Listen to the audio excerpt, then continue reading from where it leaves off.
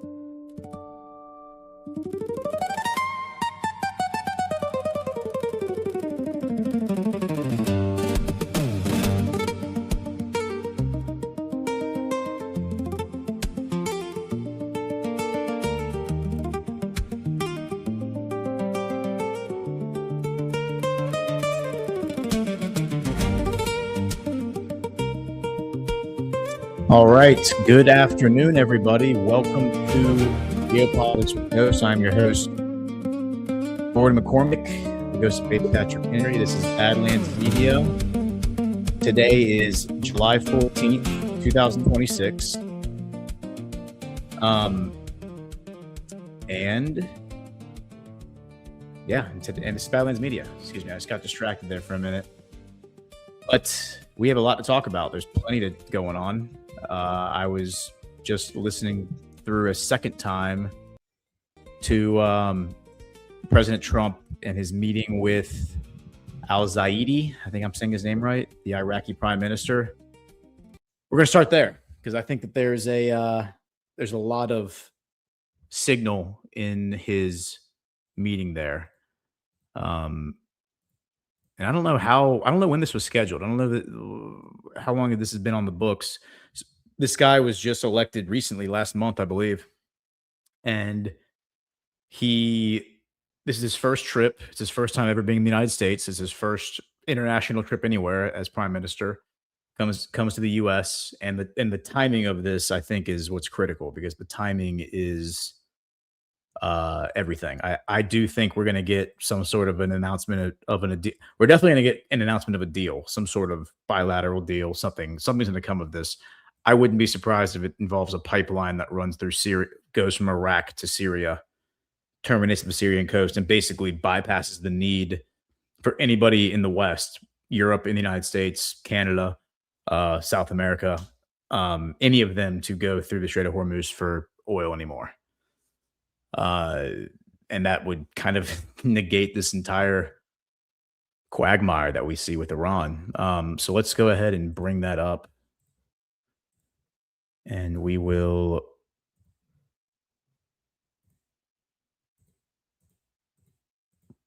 So they met for something like 30 minutes, less than 30 minutes, really.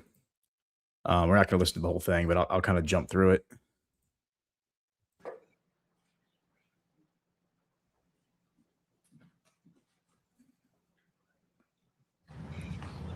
Well, thank you very much. We've had already a good meeting. We're going to decide to do a little lunch. It wasn't scheduled, but we are going to do it on the fly because we have a tremendous chemistry together. The Prime Minister of Iraq has been amazing. He won an election that a lot of people didn't anticipate could be won by anybody else other than another person who was not, in my opinion, a good person. Not good for America. I don't think good for Iraq. And I played a role in, I mean, it was very important to me to have somebody get in there that can do the job and do it well. And we have a fantastic champion, a new champion. And he won the election very soundly, very conclusively, and he wasn't favored. But by the time they got to know him, he ended up winning. And he's going to be there for a long time.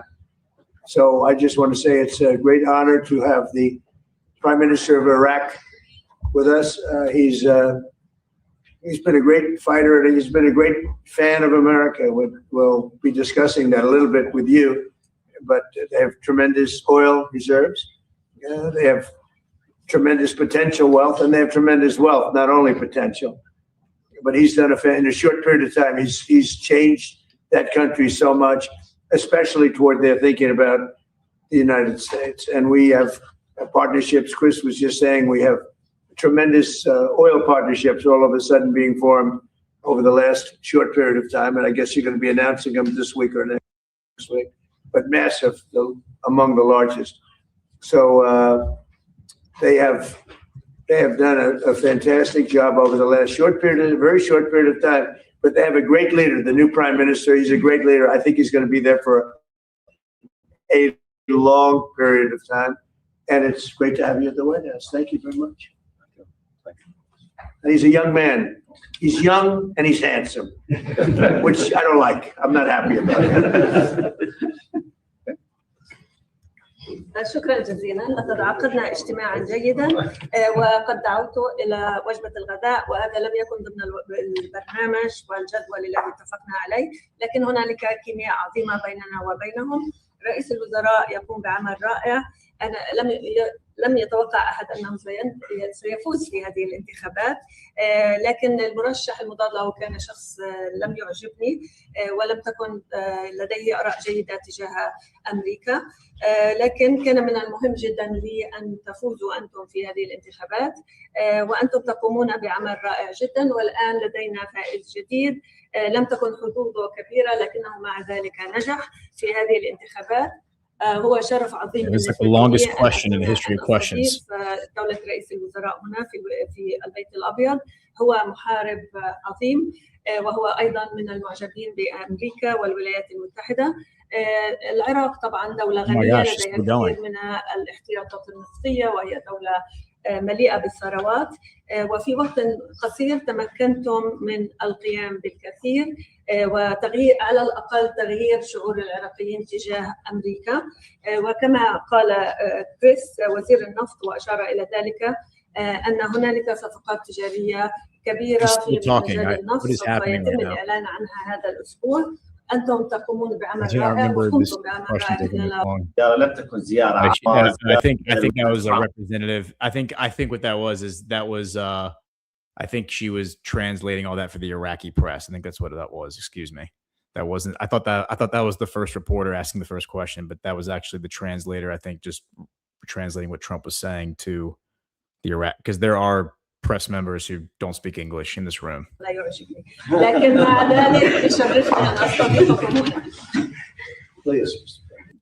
He didn't get the joke until she said the joke about him being young and handsome. He didn't understand the joke when Trump said it the first time.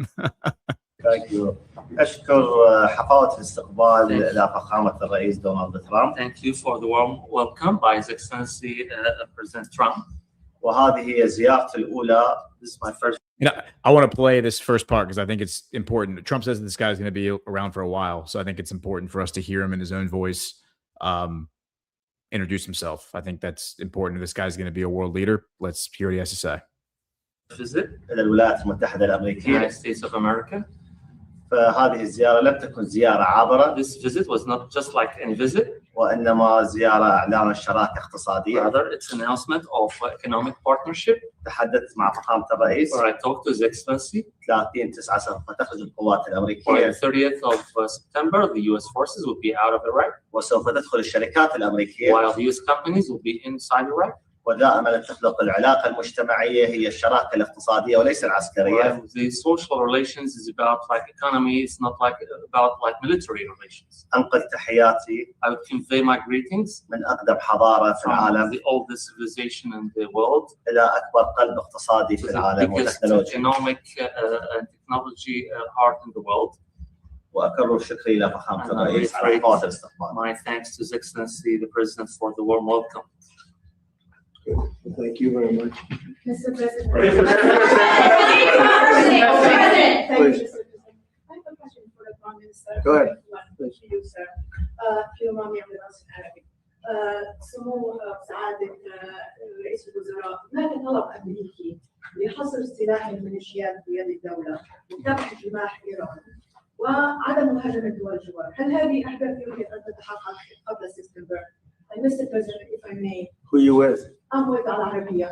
I cover the Middle East and White House correspondent. I'm referring to that. Okay. Sir, is the military attack on Iran, is this a strategy to bring him back to the table? Or is it to degrade them so the regime will eventually fall? Well, we don't think we need the military there anymore. Okay, so for those who didn't hear it, she asked the question. She says, is attacking Iran, is this like a strategy to bring him back to the table? You know, and as it relates to Iraq and stabilizing the Persian Gulf, and you know, how is all that going to play out? And so he's responding to the idea that the military, you know, in military force is really the only way to secure the Persian Gulf. It's a very big operation. And what we do have is the oil companies are all going in now, and they're doing partnerships with Iraq, and they're getting along very well. And this is interesting. He's going to talk about the oil companies a bit. And this is interesting because, I mean, the oil companies have always been there. So, yeah, this is interesting, the commentary here. Relationship is a whole big relationship where we don't need the military there. We're there to help them. We're there to protect them if need be. But we don't think that's going to be necessary. And their primary, I consider an opponent. They might have considered a friend, but I consider that an opponent was Iran was a big burden on Iraq because they were the bully of the Middle East, as you know.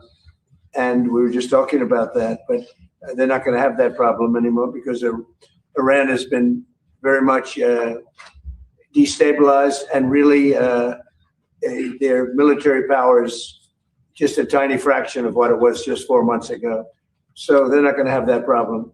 I think it's really, in a sense, it's given them freedom to do what they have to do. And I think that's one of the reasons that our oil companies are going in there at levels that have never been seen before. So.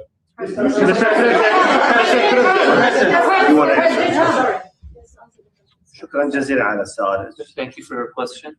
ابتداء في منهاج الحكومي. According to the program of the government, هو حصر السلاح بيد الدولة. is to restrict the possession of weapons to the state. وهذه نقطة أساسية. And this is a basic point. ولدي قرار بها غير قابل للخيار. And I have, and this is like a decision, it's not an option. تم استلام. We received أسلحة كثيرة من قبل بعض الفصائل. Weapons by different factions. واللي يسلم سلاحه. And he whoever surrender his weapon. ويتحول إلى جهة سياسية ومدنية. Turned into like a political civilian. من ناحيتنا سيتم التعاون معه. We will cooperate with them. بعد 30/9 after the 30th of September, لا حاجة لوجود أي فصائل. There's no any need for the presence of any faction. لكون الفصائل because factions هي حاجة وليس مهنة. is a need, it's not a profession. وماكو مبرر لبقائهم بعد 30/9. No any justification for their existence after the 30th of September. إن شاء الله نهاية هذا العام أو بداية العام القادم. القادم. By the end of this year or by the beginning of the next year. سوف نعلن أكبر مؤتمر السيادة الوطني. The sovereignty conference is the biggest conference in the region. قرار العراق بيد. Before he gets into the sovereignty conference, let's address what he's saying, because this is a little hard to understand. I get that. He's talking about the different militias and the different factions that are like fighting factions that have been operating in Iraq since we invaded in March of 2003, and probably frankly before then. So he's saying that he's asked all of them to turn in their weapons. Anyone who complies will be like get full cooperation of the government, and they'll work with them to meet their needs. And he said because fighting in a militia is a need. It's not a career. It's not a profession. That's a funny comment. I mean, because I think there probably are professional mercenaries who do go around the world and fight in these militias professionally. He says that they have until September 30th. So after September 30th, there's no need for militias to exist anymore in Iraq. And so he's basically asking them. Now, when he says weapons, I'm pretty sure what he refers to is he's referring to like heavy weaponry, stuff that you would use to besiege a position. I don't know what the gun laws are in Iraq. I don't know how. I'm sure people own guns. I'm sure that's not. I doubt they're going door to door to collect small arms, but I'm pretty sure he's referring to like, the heavier stuff that would be used to attack a position. So who knows? Maybe he does mean small arms, but now he's going to talk about this sovereignty conference, and this is interesting. I don't know enough about this, but listen to what he says here. The Iraqi decision is by the hand of the Iraqis only. وقواتنا الأمنية قادرة على حماية أراضيها. And our security forces are capable of protecting their borders. بعد 30/9 after the 30th of September. لا نسمح لأي جهة تحمل سلاح خارج نطاق الدولة. Never accept for any entity to carry weapons outside the control of the state. So any entities, they will not allow any entity, and I think they mean by that like any organization to carry weapons outside of the state. Again, I don't know what the Iraqi laws are. I don't know if you're legally allowed to own firearms or not. It's not frankly my problem because I'm an American.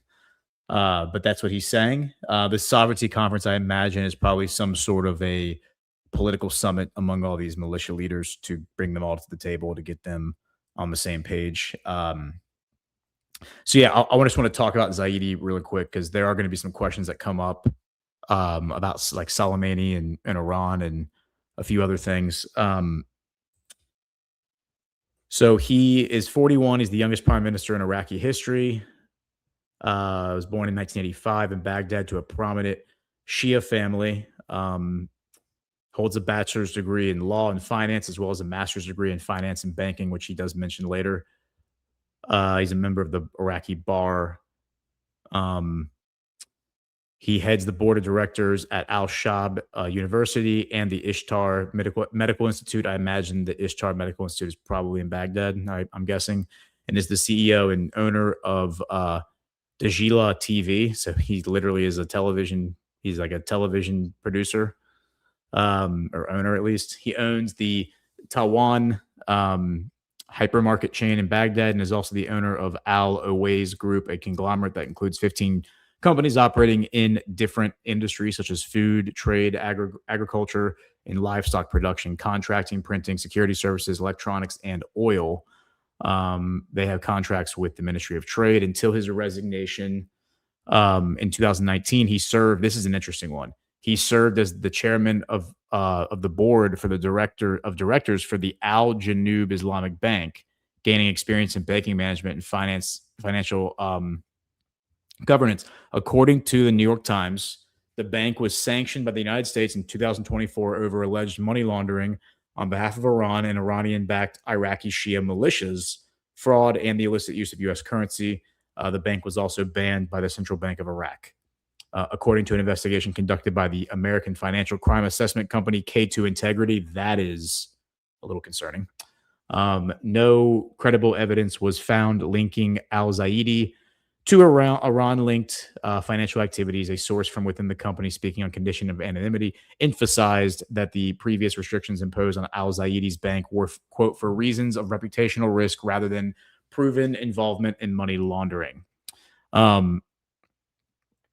So yeah, now resigning in 2019, that is interesting. So here's what I'm stabbing in the dark here, guys. This is just me reading tea leaves, connecting dots. I don't know if this is what happened or not, but here's what I'm guessing happened. I'm guessing that Trump sanctions Iraq in 2018. And then Iran arrests a bunch of like the central bankers in August of 2018. And then this guy resigns from his bank from the chairman of the Al Janoub Islamic Bank in 2019. My guess is that he probably caught wind of, and then this same bank is then sanctioned later in 2024 and accused of money laundering on behalf of Iran and all that. So was this guy laundering money? It's probably not. I mean, if he was a part of that network, would Trump be working with him? Would Trump be trusting him? Yeah, I mean, I tend to doubt it. So my guess is that he walked away from all that because it all stunk and he didn't want to be affiliated with it. That's my guess, but it's anybody's guess what the truth is. Now, the K2 integrity involvement that's very notable. And here's why. Anyone who's been following the Book of Trump knows we did the episode on Jules Kroll. Jules Kroll, of course, is connected to a number of these figures. Robert Maxwell, Jeffrey Epstein. He's one of the last people that Robert Maxwell met with before he died. He met with Jeffrey Epstein. He was involved in the security situation at the World Trade Center 9/11. Basically, what K2 integrity is called the CIA of the financial world. That's what it's referred to, and the reason is because Jules Kroll, well, before he had K2 integrity, he had a different company. Let me see if it's the other. This is the company he started more recently. Yeah, so it's founded in 2009 by Jules Kroll. So this is the one. It was formerly called K2 Intelligence, and then in 2009 they, I think they changed their name to K2 Integrity. But no, I'm sorry, it was K2 Intelligence, and then more recently they changed their name to K2 Integrity. But what they do, he went out and he hires all the former CIA, former FBI, former intelligence people to work for his bank, and they investigate. They're basically like a third party investigator. They investigate financial institutions, law firms, hedge funds, and private equity firms, governmental agencies, and private and sovereign clients. Pretty much what happens is a company suspects that it has been the victim of a financial crime, and they would then go out and hire this company, bring them in, and then open up the books and say, please look at everything and figure out how we've been defrauded. And then, people either inside the company or outside the company committed fraud. And these guys are the ones who investigate it. And so Jules Kroll is notorious for this and has been known for decades as being this guy, the guy who does this. So it doesn't surprise me that they were brought in to do this and to investigate this guy and validate him. Because they are a very big, very well-known firm, but it's just notable that's so for example, they investigated the Bernie Madoff Ponzi scheme. They investigated International Boxing Association. They've done an investigation of a scam in Hollywood. Anyway, there's others that are lesser known, but let's go back to al-Zaidi. So he's not widely known in Iraq's political landscape prior to his nomination as prime minister designate. I imagine that's by design, with some sources describing him as a political newcomer. In the public sector, al-Zaidi previously worked at the Ministry of Trade, where he managed the administration of the national ration card system. And so here's how he became prime minister. I think this is probably important to understand. On April 27th, 2026, the coordination framework nominated al-Zaidi as a consensus candidate to succeed Mohammed Shia al-Sudani. He was officially tasked by President Nizar Hamidi to form a government immediately following his nomination by coordination framework. Per the Constitution of Iraq, al-Zaidi has 30 days to select his cabinet members and present them to Iraq's Council of Representatives for a vote of confidence. The decision to nominate al-Zaidi came after a weeks-long deadlock within the coalition, which had previously backed former Prime Minister Nouri al-Maliki, but later withdrew his candidacy after U.S. President Donald Trump threatened to cut off aid over al-Maliki's pro-Iranian stance. His nomination came after a meeting at the Baghdad residence of Fali al-Fayyad, a leader of the Popular Mobilization Forces, and was agreed upon by both al-Maliki and sitting Prime Minister al-Sudani. So according to the latter, there was a lack of consensus on naming a candidate during the meeting, and al-Zaidi was chosen to break the political deadlock. Faik Zaidan, the president of the Supreme Judicial Council, was involved in al-Zaidi's nomination as a settlement candidate. So pretty much, it sounds like there were two guys that they were all arguing over, the two candidates, and they couldn't get a consensus on either candidate. With one of them, al-Maliki, having a long history in Iraq, going back 20 some years. I'm pretty sure he was the guy that they installed, like the U.S. installed right after they overthrew Saddam. And Trump came out and said, no, al-Maliki is not going to become the prime minister. If he is, the U.S. is out. And so then they bring in this guy, al-Zaidi, and all parties said, okay, we can compromise. We will agree to allow him to be the guy.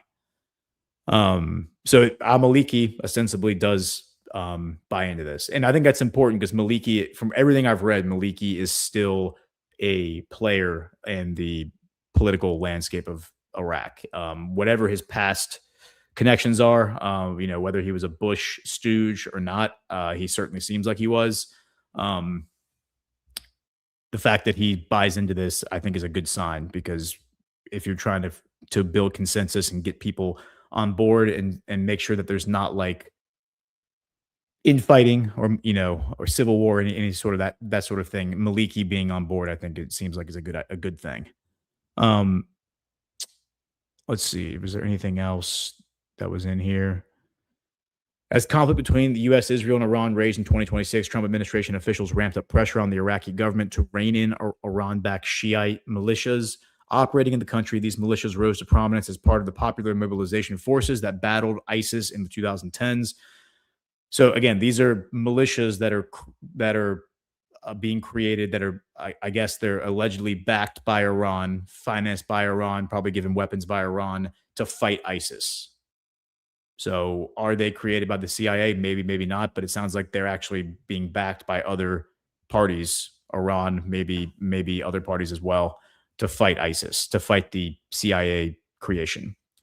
Many came under the authority of the Iraqi government as part of a deal brokered in 2019, but like the Guardians of the Blood Brigade and Kataib Hezbollah began orchestrating attacks on U.S. interests in the region. On June 15, 2026, al-Zaidi issued a joint statement with U.S. Special Envoy for Iraq, Tom Barrack, outlining plans for ensuring the complete disarmament and disbandment of all armed groups and formations operating outside the authority and control of the Iraqi state. Al-Zaidi achieved some success in integrating Muqtada al-Sadir's peace brigades into the security forces, but faced stiff resistance from other militias demanding guarantees of Iraqi sovereignty and limits to U.S. influence in the region.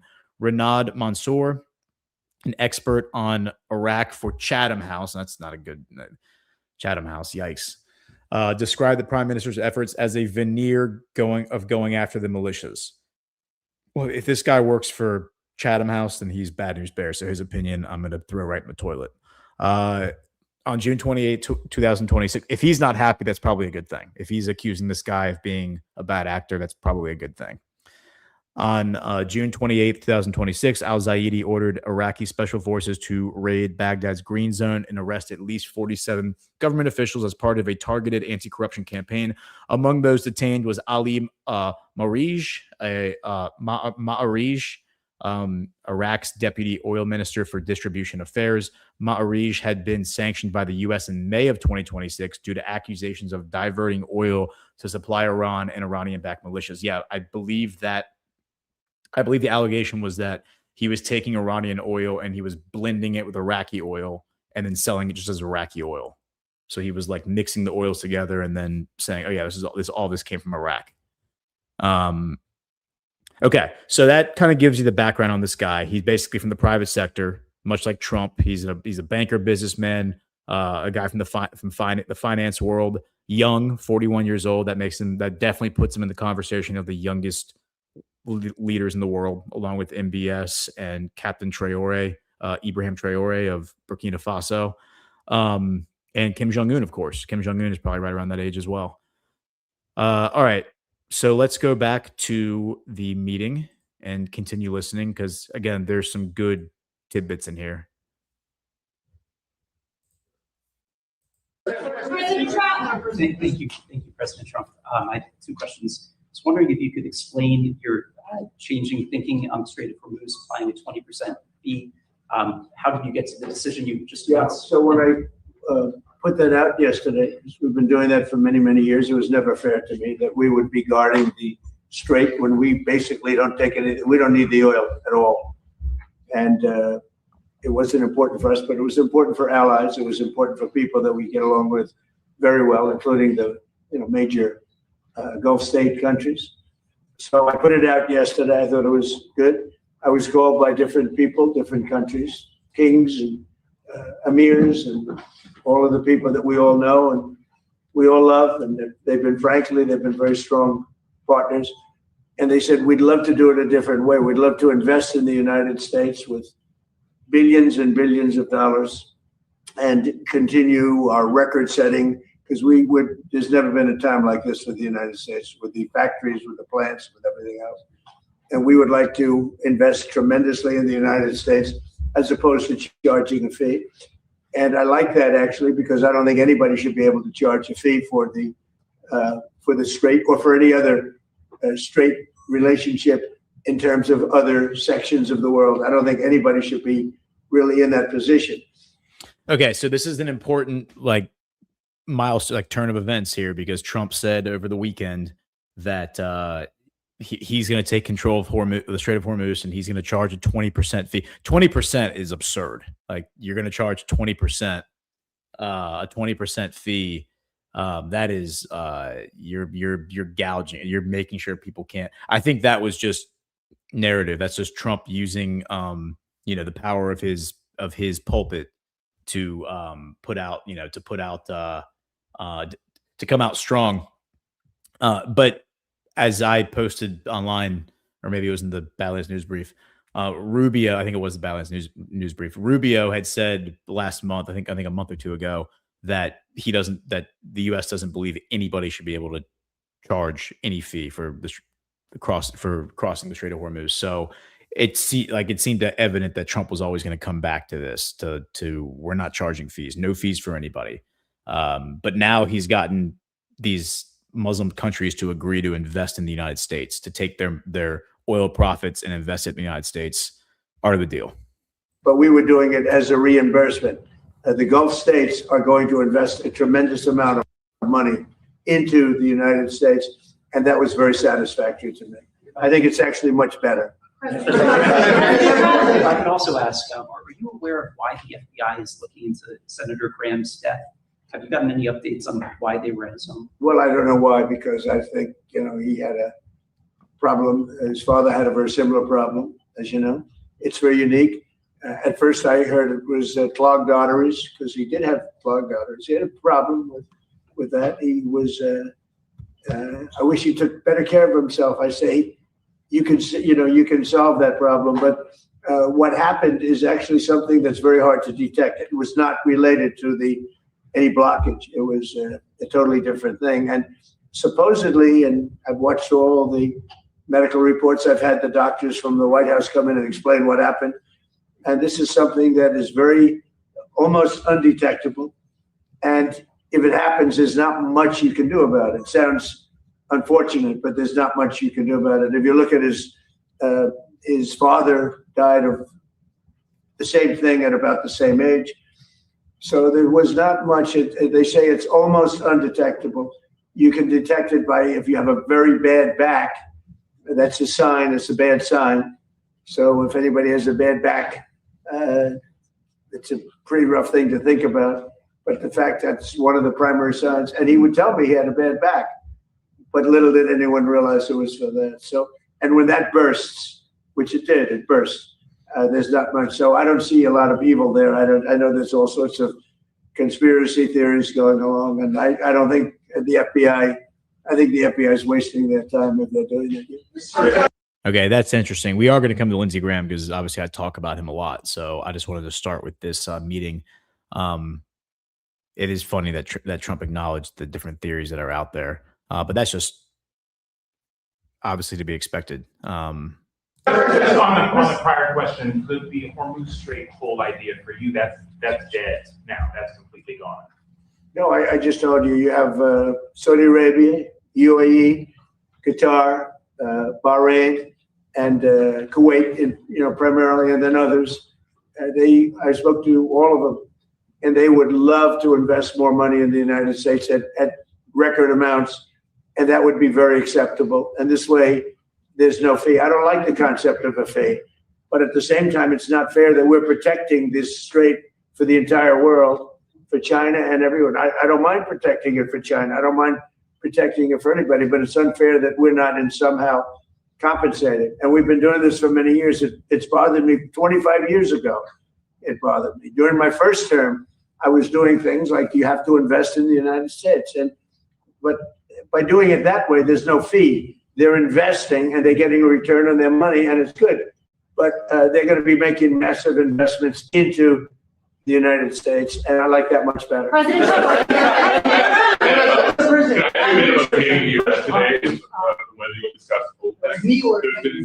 been some reporting that Iraq this is a good one. Zaidi's response to this is a good one. for changes to OPEC, a larger share, and even that they might consider leaving it over. The gentleman right here, because here he is. Would you like to know about it? Are you considering, Mr. Prime Minister, leaving OPEC, or are you pushing for changes within it? And Mr. President, would you support? Well, I support him. I supported him very early, and I endorsed him. Something I rarely do, but I've had great successes endorsing. We just had Colombia, which was a big one. Argentina was a big one. We had many.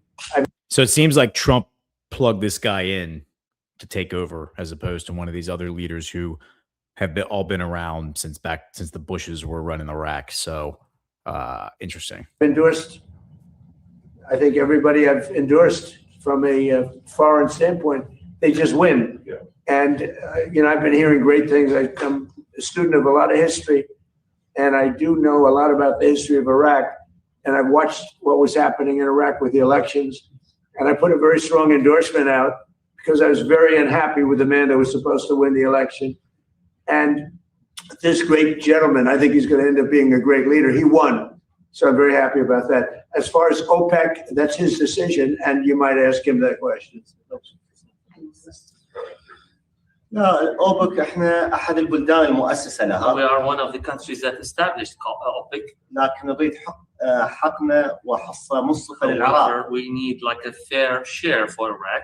العراق حارب داعش. Iraq fought ISIS. والإرهاب بأجمعه. And terrorism and all. وبدعم الولايات المتحدة الأمريكية. Support of the United States of America. وهذه الحرب مع داعش. This fight with ISIS. كلفتنا نفقات كبيرة. It cost us like huge amounts of money. ودمرت البنى التحتية العراقية. Destroyed the Iraqi infrastructure. مقدار الضرر اللي أصاب العراق. The damage that really was against Iraq. أكثر من 400 مليار دولار. $400 billion. لليوم بعض العراقيين مدن مدمرة. Until today, like some Iraqi cities are totally destroyed. ويسكنون في مخيمات. They're like living camps. والآن لدي خطة أعيدهم إلى دورهم. I have a plan to get them back to their homes. نريد حصة منصفة للعراق. We need a fair share. لا أكثر من ذلك. We need a fair share. Okay, so I don't know if this is contained in that answer or not, but my understanding of what he's asking for, he's saying we need Iraq needs a greater share of OPEC. He's like, we're not going to leave OPEC, but we do need a greater share. And because what OPEC is it's a cartel that controls the output of oil to say, all right, this country produces this much oil, this country produces this much oil, this country produces this much oil. That way they control the supply, and the prices don't, in their mind, collapse and make it unprofitable. So he's saying that the production needs to be raised up. I think he said this before. I've seen let me see if I have that article. There's an article right. Where is it? Right.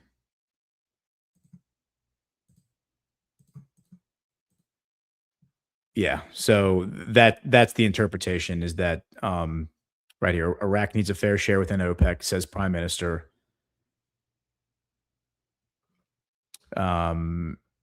Yeah, so they want to have a higher output, I think, by the whole organization. At least Iraq wants some more output. So I think we'll see a lot of that fundamentally change, especially now that the UAE's left and it's been weakened, I believe. All right, so let's go back. It's really not that much longer. Maybe we'll just watch the whole thing. Because if you remember, even though I was a civilian and had no thought of running for president, I get a disproportionate amount of publicity, as you probably heard. And I used to say, don't go into Iraq. Don't attack Iraq. Frankly, they attacked the wrong country. And they did a lot of damage. Yeah. Thank you. That's interesting. Attack the wrong country. Which is the right country, Mr. President? Which is the right country? And how the Iranians have been behaving, do you have any regrets about lifting the naval blockade or giving the sanctions waivers? No, I gave them a chance. I wanted to give them a chance at making a deal. You know, we had a deal 2 days ago. It was done. And then all of a sudden, they couldn't do it. They didn't like something about the deal. They couldn't do it. And they shot first. And that was a big mistake that they shot first, because we have been knocking the hell out of them. They're very difficult people. 47 years we put up with it. The SS Cole, you go back all the way, thousands of people, thousands of Americans were killed, a lot of soldiers were killed. A lot of soldiers are walking around or not walking around. I mean, they've been so badly injured. The arms, the legs, the face, with the Soleimani, with the bomb. They call it the roadside bomb. This is where he talks about Soleimani, so listen to this. Most people call it the roadside bomb. It's a disaster. And I killed him in my first administration. Had I not, it might be a different story today. He was a mad genius. He was probably a madman, but he was a general, and he had total control over the country. And I actually think the leaders of Iran were afraid of Soleimani. But I killed him. And by the way, with him went a very bad person also. They happened to be meeting each other at the airport. And a very bad person from Iraq happened to be a leader of Iraq, happened to be killed in that same incident. So I don't know if I did you a favor or not. I've never asked you that question. You probably would know better than me. But no, I think that what we've done to Iran is we've taken away almost all of their military capability.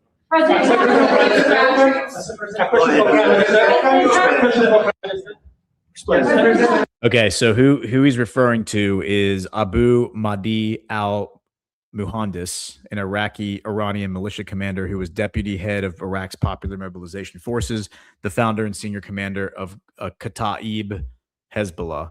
The strike reportedly killed 10 people in total. So it was those two guys, Soleimani and this guy, plus 4 Iranian personnel and 4 Iraqi militia members. And let me see. I'm going to keep playing it, and I'm going to look up about this guy while he has to hear that. A question. Go ahead.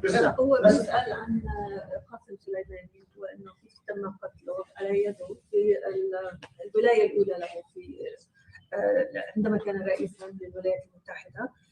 فالفكرة هو طبعا كان شخص ذكي جدا وعبقري، لكنه كان شرير بنهاية المطاف. في حدث استهدافه قتل عراقي كان في صحبته، كانوا يلتقوا في مطار في العراق في بغداد. فهو بيسأل هل هو كان عملكم خدمة أم لا؟ ما هي النظرة بالنسبة لمقتل سليماني؟ أنا في ذاك الوقت لا أمارس السياسة. At that time I was not in politics. ولكن كل جيتي نتحدث عن المستقبل ايش راح نسوي. In my visit, I'd like to talk about the future. شبعانين من ماضينا القديم. Now, we are fed up with the past. Okay,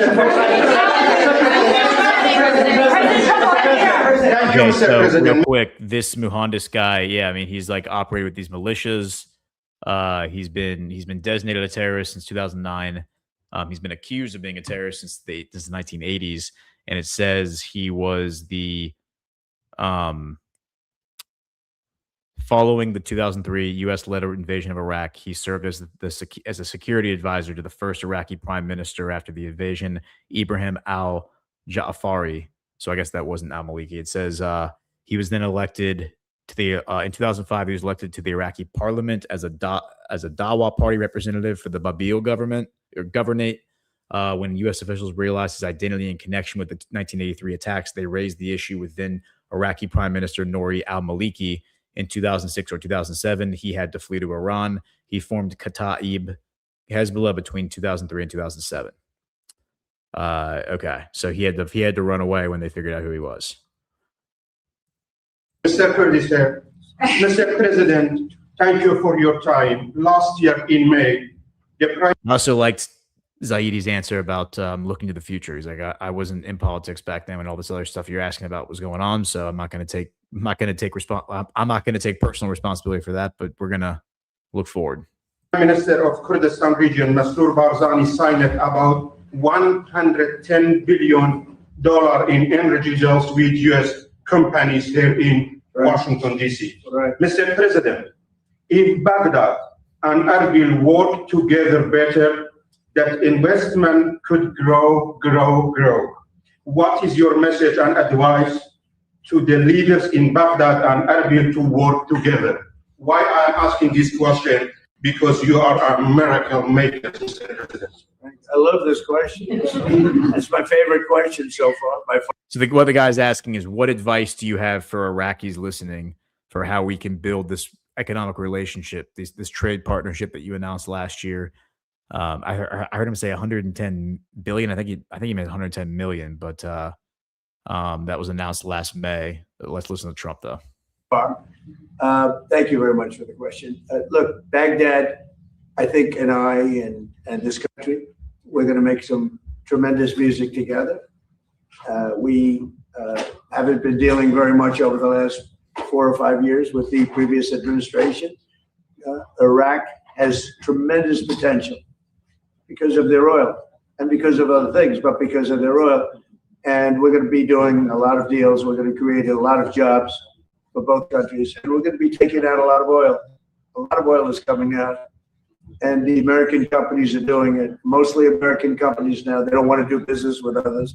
They want to do business with America, and that's good. And that's one of the reasons that I felt so strongly that this was going to be a great prime minister. And I fought for that. How will you describe your relationship with Kurdistan regional government at this time? Because Prime Minister that's a good question. It's asking about what's his relationship with the Kurdistan regional government. yesterday had a statement and fully support you.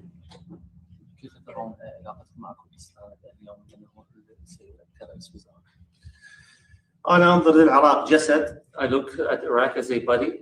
وكل رقعة جغرافية في العراق هي عضو من جسدي. Each part of Iraq is part of my own body. فما راح أميز عضو عن آخر. So I would never distinguish between any organ. ولا يمكن أن أقطع جزء من جسدي بيدي. And I cannot cut off any part of any organ from my own body. كردستان جزء مهم من العراق. Kurdistan is such an important part of Iraq. لا يختلفون عن البصرة وعن المحافظات الأخرى. No different than Basra and other provinces. But because such nice things were said about him, that means he likes the man that said those nice things. So the Kurds said that they fully support this guy Zaidi, and in his response to the question, what's his relationship with them, is he sees Iraq as a body. All these different regions are limbs on the body. He would never hack off one of his own limbs. And again, I think economic prosperity fixes a lot of problems, right? If everyone there is prospering economically and feels like their lives are improving through hard work, then they're going to be a lot less concerned about the concepts of governance and control, because they're prospering, right? That's kind of natural human nature. It's when you get oppression and when you get governments coming in and telling you what to do and preventing you from pursuing life, liberty, and pursuit of happiness, then that's when you start to have issues and you start demanding your own government and your own sovereignty. Thank you so much. Thank you so much, Mr. President. I have a question for you, and I have a question for Prime Minister.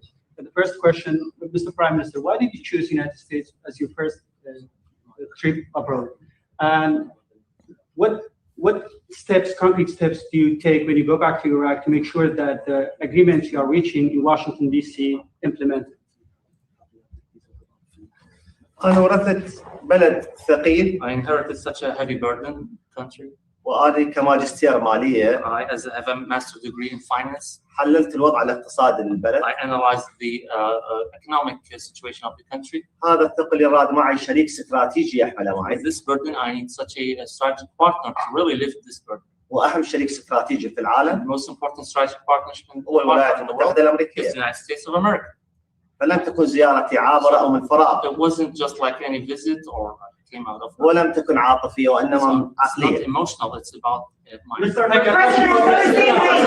Okay, so the question was, why did you choose the United States as the first stop, as the first place you would visit as prime minister?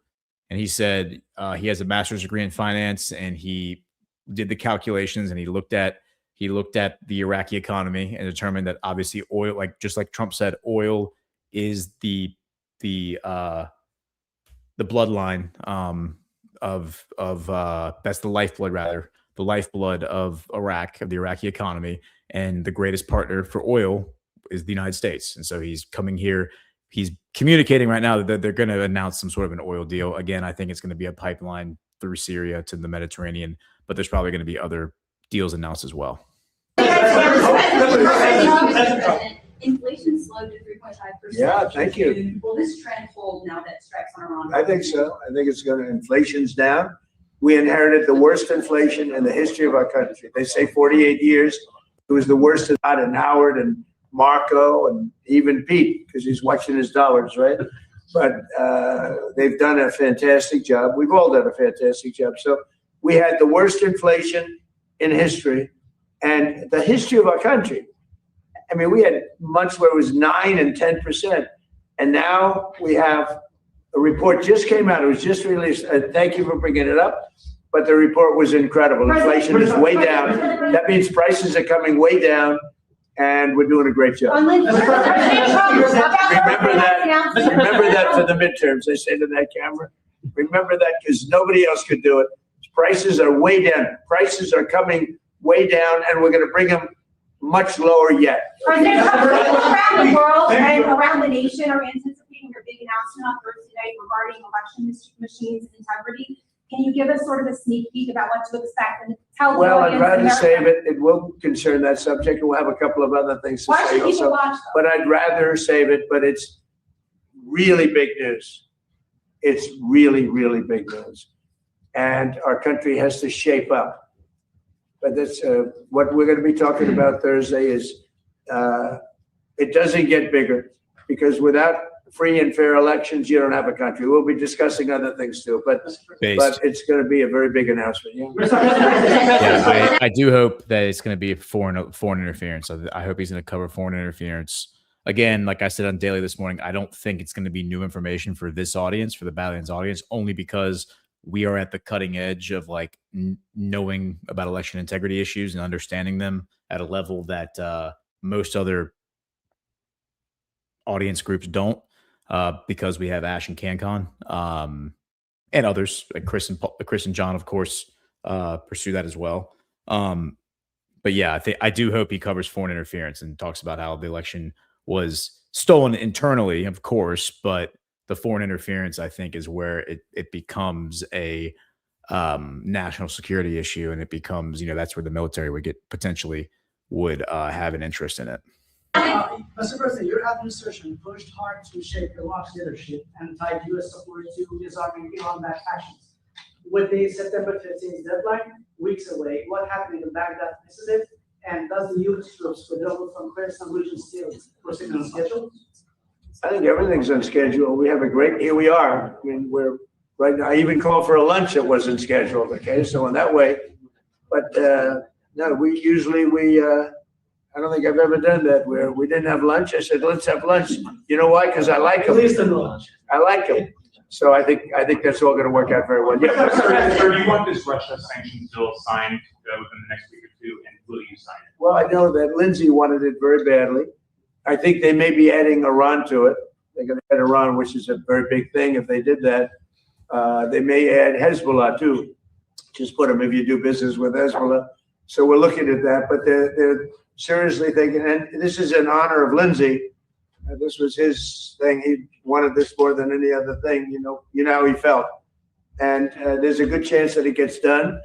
But they'd like to add Iran, and they'd like to add Hezbollah to it. That's what I'm hearing. So. And if that means secondary sanctions on China, India, Well, we'll have to look. That hasn't been discussed. Mr. President, my question for you: the Prime Minister Ali Zaidi has launched a campaign to bring weapons held by militia under the control of the state. How does your administration support him to accomplish this vision? And my second question, how do you envision the future relations between Kurdistan region and Iraq? I think everything is going to work out.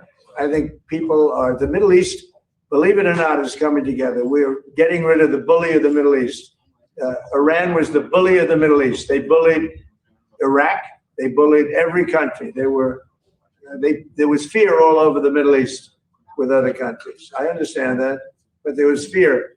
But there's no fear anymore because their military capability has been knocked to hell, and there's no fear. I think the Middle East is coming together like it's never come together before. You can't have a dominant factor like Iran that would kill 52,000 protesters. You know, they killed, nobody likes talking about that. I don't like talking about it. They killed 52,000 protesters. So the bottom line, all regions, I believe, are coming together. And I think this is going to be one of the great leaders right here. It's going to be one of the great leaders in the Middle East. Just explain that. أعتقد إنه الآن الشرق الأوسط قد تم ترتيب أوضاعه لأنه إيران ضعفت الآن وهي كانت تتنمر على الجميع، فالآن انتهى هذا الدور ولا يمكن أن نسمح لقوة واحدة أو بلد واحد بأن يهيمن على كامل المنطقة. يعني الناس يغفلون عن أن إيران كذلك الحكومة الإيرانية قتلت 52,000 متظاهر في إيران. طبعا نحن لا يمكننا أن went to this for a long time, and the bottom line is that we have a fantastic relationship with many countries now. I just came back from NATO. Many of you were there, and you saw how that worked out. It was a phenomenal, it was a love fest, to be honest, and they love the United States. They even like me, but they love the United States. And we're going to cut costs there by hundreds of billions of dollars, maybe. But the NATO event was incredible. Today's event is incredible. This is a potentially really great country. And many people would say it's a great country. We're helping it. We want to help it.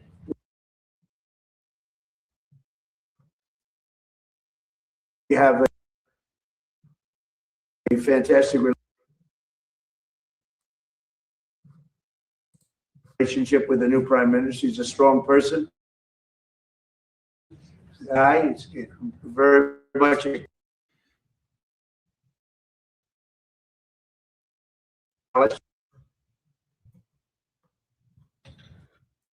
or he couldn't have won that election. I'm gonna shut down this. I'm gonna shut this down because I'm getting really, really bad lag on my end. All right, well, let's hold up. Stand by for processing. Something's computers.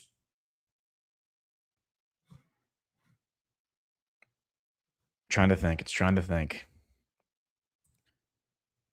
All right, there we go.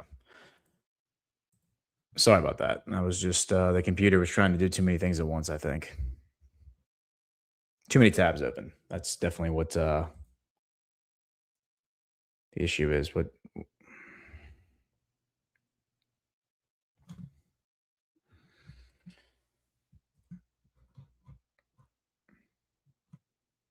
all right, let's go ahead and just go to commercials because we need to let the computer reset a little bit. All right, first hour of the books, Geopolitics with Ghost. We'll be back in a minute.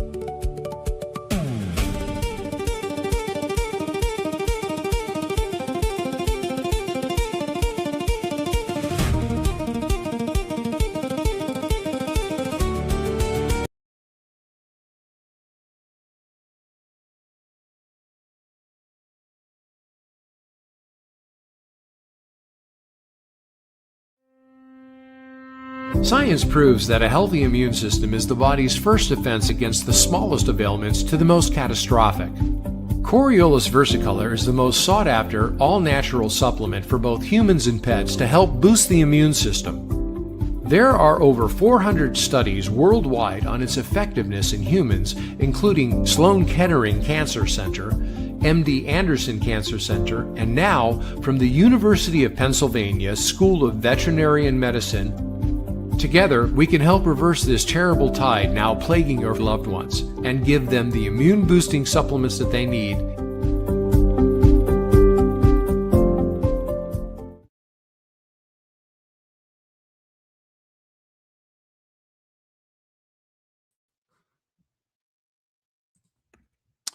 Hey, have you checked out the Badlands shop lately? You might be surprised by what you've been missing. From thoughtful gifts and unique finds to everyday household essentials and personal care must-haves, there's truly something for everyone at the Badlands shop. But here's what makes it different. Every single purchase you make is so much more than just buying stuff. You're investing directly in the movement. You're empowering America First businesses, lifting up fellow Badlanders, and supporting the creators who are building this community with us. Thank you for being part of this. Your support means everything. Head over to badlandsmedia.tv/shop or click shop on the main menu at badlandsmedia.tv and discover your new favorite brands. That's badlandsmedia.tv/shop.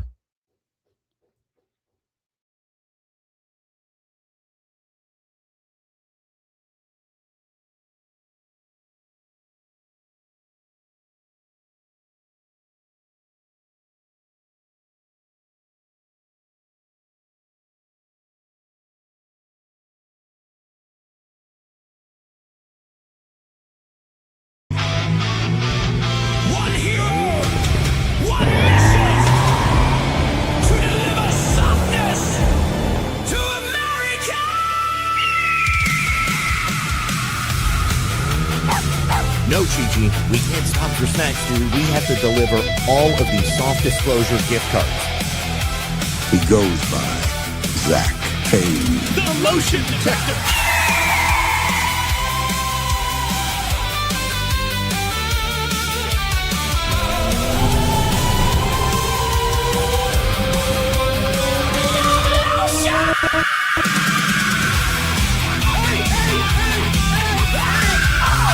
Stop fighting over the beer brush.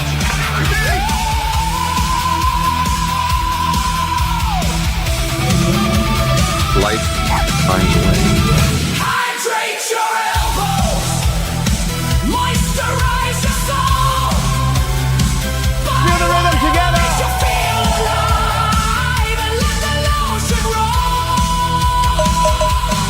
Soft disclosure, hear the cry, maximum softness.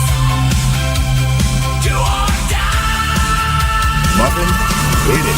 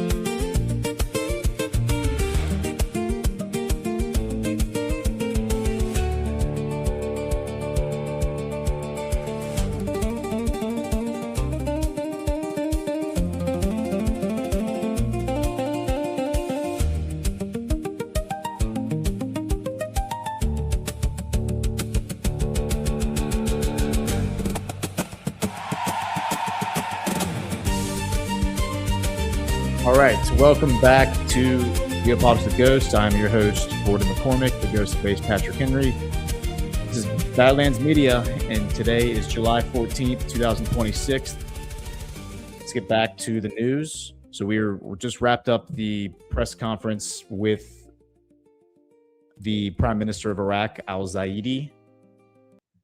And only one real piece of news, I think, related to Iraq worth sharing. Iraq really doesn't, like I said on Daily this morning, Iraq really doesn't have a lot of geopolitical news happening outside of just this guy and what he's doing.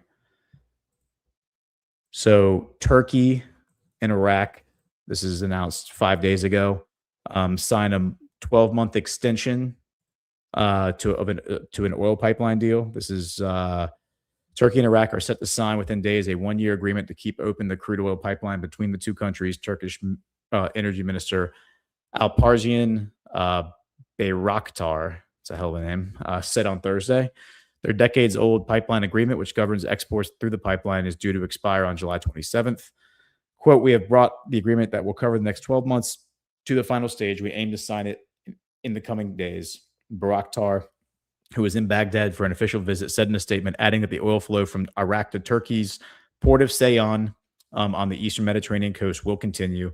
The oil pipeline had remained offline for 2.5 years after an arbitration court ruled for Ankara to pay $1.5 billion in damages for unauthorized Iraqi exports Turkey received between 2014 and 2018. Flows resumed late last year. In an earlier post on X, Bayraktar said he had a fruitful meeting with Iraq oil minister Basim Mohammed, during which they discussed oil and gas cooperation. Iraqi Prime Minister Ali al-Zaidi also met with Bayraktar during his visit, according to his office. So yeah, this is just signs that we're getting things turned back on and new developments, especially oil pipelines happening in the Middle East. So reinforcing what Trump said. And then here's the AP headline from the meeting we just watched, which is Trump touts tremendous chemistry with the new Iraqi prime minister. Okay, so let's now talk about, real quick, we'll just hit on a subject that we already really covered on Badlands Daily, but I recognize that some of the audience doesn't watch daily, so we will hit on this real quick. And that is this story from the New York Times. Inside of Israel's secret operation to cultivate Ahmadinejad. The years-long effort to groom the former Iranian president as an intelligence asset culminated in a dramatic effort to take him to an Israeli safe house in the early days of the war, but the plan fell apart. In early 2024, the rector of a university in Budapest received a startling request from a top Hungarian government official. The official told the rector, Professor Georgi Deli, that Ludovica University of Public Service should hold a climate change conference and extend an invitation to an unlikely guest, Mahmoud Ahmadinejad. God, isn't that name trips me up? The widely reviled former president of Iran. Even more shocking was the reason. The official told Mr. Deli that the conference was merely a front for Mr. Ahmadinejad to have a secret discussion in Budapest with intelligence operatives from Israel, Mr. Ahmadinejad's avowed enemy. Mr. Deli knew that the invitation could tarnish both his own reputation and that of the university, but he said in an interview he believed he might be playing a role in saving lives. Quote, you have two enemies, and if these enemies want to talk with each other, then it's best to do what you can to make them talk, he said. Mr. Ahmadinejad's 2024 visit to the university and a second one the following year were part of a years-long Israeli effort to groom him as an intelligence asset when the time came, could be installed as Iran's new leader, according to both American and Iranian officials familiar with the operation, who spoke on the condition of anonymity to describe sensitive intelligence. Recruiting Mr. Ahmadinejad was of such priority for Israel that the country's then spy chief, David Barnea, even traveled to the Hungarian capital in 2024 to meet with Mr. Ahmadinejad personally, according to former American officials. Soon after, they said Mossad, Israel's foreign intelligence service, notified the CIA that it had been in contact with Mr. Ahmadinejad. Israel's decision to build a regime change plan around Mr. Ahmadinejad is an extraordinary twist in the saga in the country's relations with the former president, who was known for accelerating Iran's nuclear program, calling regularly for the destruction of Israel and denying the Holocaust. In recent years, according to American officials, Israel secretly paid money to Mr. Ahmadinejad for housing and travel, and Israeli operatives met him abroad on several occasions, including during his trips to Budapest. The effort culminated in late February of this year during the first days of the U.S.-Israeli war on Iran, with an audacious operation to relocate the former leader who had been living under strict surveillance in Tehran, the goal to set in motion the plan to topple the current regime and install Mr. Ahmadinejad. The plan failed. So basically, like, the war was started, ostensibly, they're talking about late February. This whole plan culminated. February 28th is when the war started. So basically, it sounds like Israel was planning on doing a regime change war, probably a decapitation move, and then installing Ahmadinejad as the president. On February 28th, an Israeli airstrike hit Mr. Ahmadinejad's compound, targeting the building of his bodyguards and his armored vehicle. After the strike, according to 4 senior Iranian officials, a black Puget car arrived, picked up Mr. Ahmadinejad, and whisked him away at high speed from the chaotic scene. So that's a jailbreak, by the way. If you're not following what's happening, he was living under strict surveillance in Tehran because I guess there was suspicion against him. And Israel then blows up the building where all of the guards are. And then a car comes swooping in there, picks him up, and speeds away. That's a jailbreak. They busted him out of jail. American and Iranian officials with knowledge of the operation said the car had been driven by Mossad operatives who took Mr. Ahmadinejad to a secret safe house in Iran. But the former Iranian leader was upset about the frantic rescue operation, and he appeared to be disillusioned about the Israeli plan to return him to power. According to people with knowledge of what occurred, he eventually left the safe house under circumstances that are still unclear. Mr. Ahmadinejad was not seen in public again until last Monday, when he made a brief appearance at the funeral procession for the slain Supreme Leader Ayatollah Ali Khamenei. His current status remains uncertain, but 4 senior Iranian officials said that Mr. Ahmadinejad was in the custody of the Islamic Revolutionary Guard Corps' intelligence wing, under house arrest now that Iran has learned so much of his interactions with Israel. Israeli officials have not commented publicly about the plan to install Mr. Ahmadinejad as Iran's leader, which was part of a broader attempt to topple the government in Tehran. Another element involved arming and training Iranian Kurdish opposition forces based in northern Iraq to cross into western Iran, hold territory there, and eventually move toward the capital, Tehran, an effort that never manifested. The regime change plan involved, quote, a sequence of special operations, very, very unique, that was supposed to happen. Tamir Heyman, a former head of intelligence for the Israeli Defense Forces, told the PBS talk show Firing Line in May, after the New York Times first revealed details of Mr. Ahmadinejad's role in the plan, and Ahmadinejad was part of that sequence. Mossad officials did not respond to requests for comment. Ali Akbar Javan Feker, a spokesman for Mr. Ahmadinejad, declined to comment. A little bit of background on him. As the president of Iran from 2005 to 2013, Mr. Ahmadinejad was the country's most prominent hardline politician. He spoke of eliminating Israel, and under his rule, Iran restarted a program to enrich uranium, raising suspicions that it was pursuing a secret nuclear weapons program. Mr. Ahmadinejad ordered violent crackdowns on a nationwide uprising contesting his re-election in 2009, and under his rule, the judiciary carried out mass executions of dissidents and jailed opponents and rivals. But in the years after he left the presidency, Mr. Ahmadinejad tempered his views and toned down the anti-Israel rhetoric that had marked his time in office. That's a little suspicious. He was often eager to show off his newly minted moderate side, granting interviews and giving speeches in which he opined on Iran's pop music culture, criticized the country's security forces for heavy-handed crackdowns, and accused the ruling class of financial corruption. He abandoned his signature oversized khaki windbreaker and began wearing tailored suits. He groomed his messy beard, appeared to get Botox treatment, and began learning English. In his office in Tehran, he held hour-long public meetings each morning to hear the grievances of ordinary people, some who came to him seeking help navigating government bureaucracy. On occasion, he wrote letters to government ministries recommending petitioners for loans. He traveled regularly around the country, meeting with supporters both in cities and rural provinces. Mr. Ahmadinejad's relationship with the Iranian government was complicated. Senior leaders marginalized him and restricted his movements, yet they allowed him a seat alongside other senior officials on a high-level council that advises the supreme leader. He attended the council's meeting in February, a few days before the war began.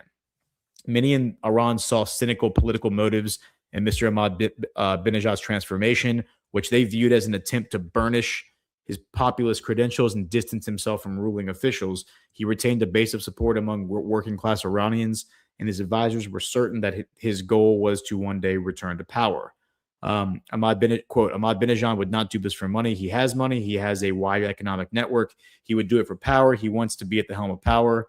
Abdul Rezi Davari, a former close associate and senior advisor of Mr. Ahmadinejad, said in a phone interview, the two men had a falling out several years ago. Mr. Ahmadinejad told a handful of his closest associates and confidants about his ambitions to become Iran's future leader with the help of foreign powers.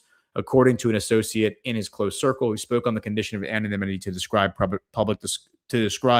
private discussions, Mr. Ahmadinejad became disillusioned with the Islamic Republic system after he was disqualified to run for president 3 times, the Associates said, and concluded that he could not ascend to power as long as the current system remained in place. Okay, so there's, at the baseline, there's a motive right there.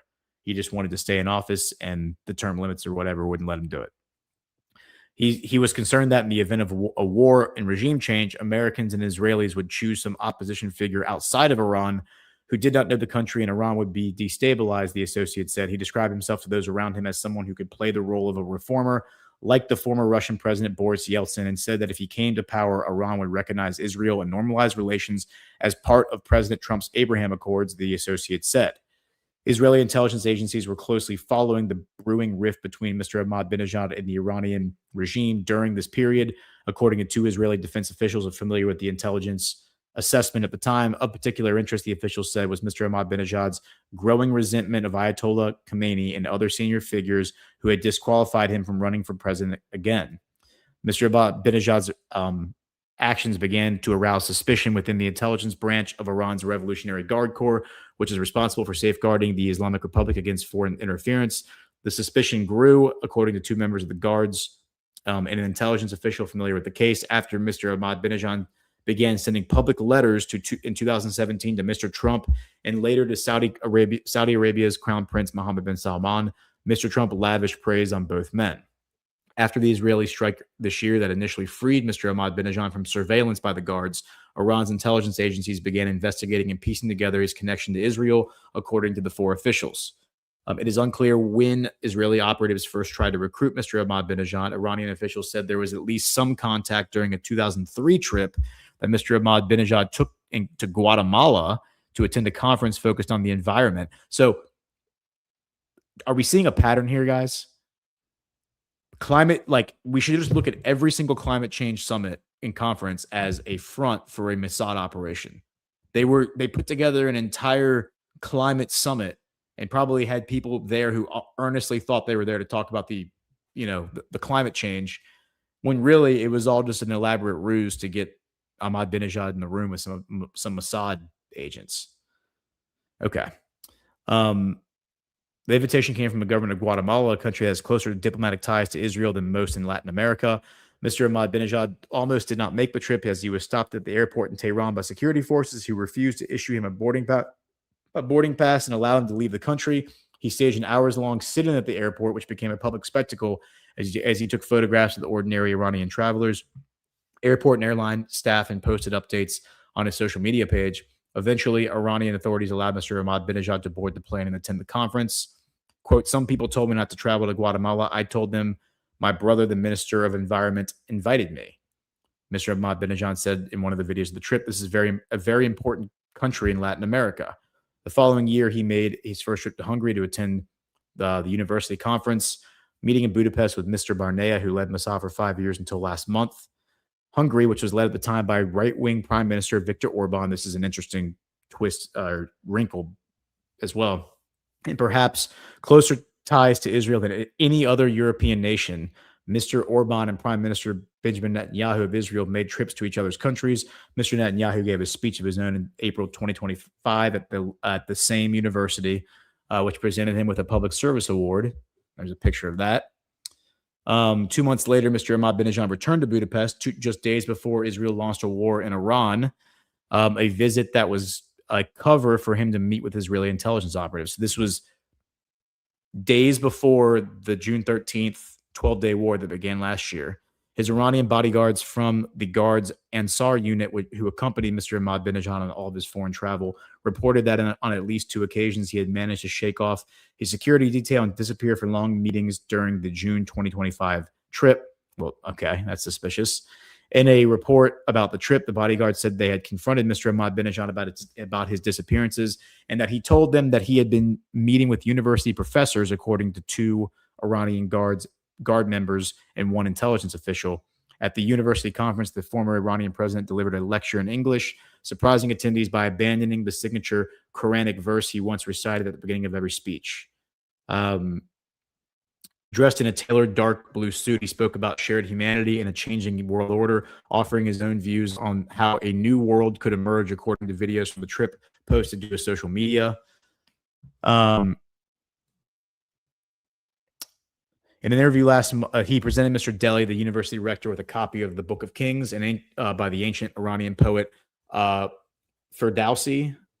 Mr. Delhi gave Mr. Ahmadinejad an emblem of the university. In an interview last month, Mr. Delhi said that in extending an invitation to Mr. Ahmadinejad, he had played a role of a Strohmann, German for frontman or puppet.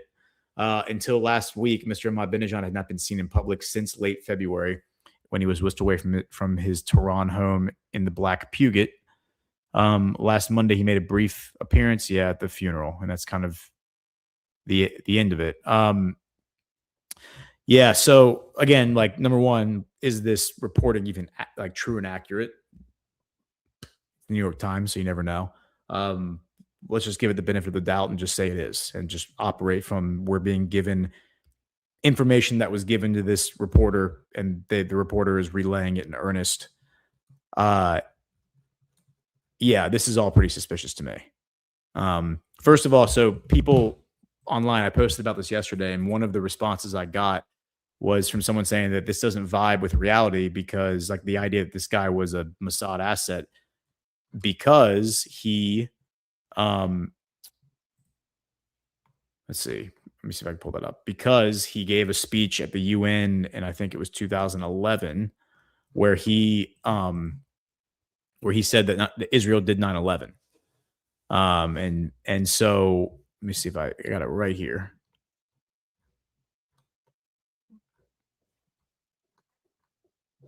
Here it is. Let's see if I have. He's always an unpredictable public speaker, but this time President Mahmoud Ahmadinejad has outdone himself. There were raised eyebrows even among Iran's allies in the UN General Assembly's annual ministerial meeting, where Mr. Ahmadinejad suggested that the 9/11 attacks were staged by America to save Israel. The US delegation walked out of the meeting in New York rather than wait for details of the Iranian leader's conspiracy theory. For the record, Mr. Ahmadinejad espoused the theory that segments within the US government orchestrated the terror attacks on September the 11th, 2001, to reverse the declining American economy and its grip on the Middle East in order to save the Zionist regime. He went on to claim that the majority of the American people, as well as most nations and politicians around the world, agree with this version of events. The bizarre speech won a smattering of applause from the chamber, some of it bemused, much of it from the Iranian corner, but the end of the speech at least meant that the Americans felt they could return to the room. Yeah, so this speech was given, let's see, in 2011. And so by that time, I mean, a lot of people were already talking about this. He was president at the time. But again, if he is, and maybe he's not what I'm accusing him of being right now. Maybe he's not a Mossad puppet. But if he actually earnestly felt that way about Israel his entire life, his entire career, his entire presidency, and now he's basically changing. Why is he changing his tune now? Why is he? It's one thing to say, okay, I recognize that peace is the only way forward. We're going to normalize with Israel. I'm going to come back into power. We're going to normalize with Israel. Okay, fine. Why would he collaborate with a foreign intelligence, not just a foreign intelligence agency, the foreign intelligence agency of the enemy, Israel?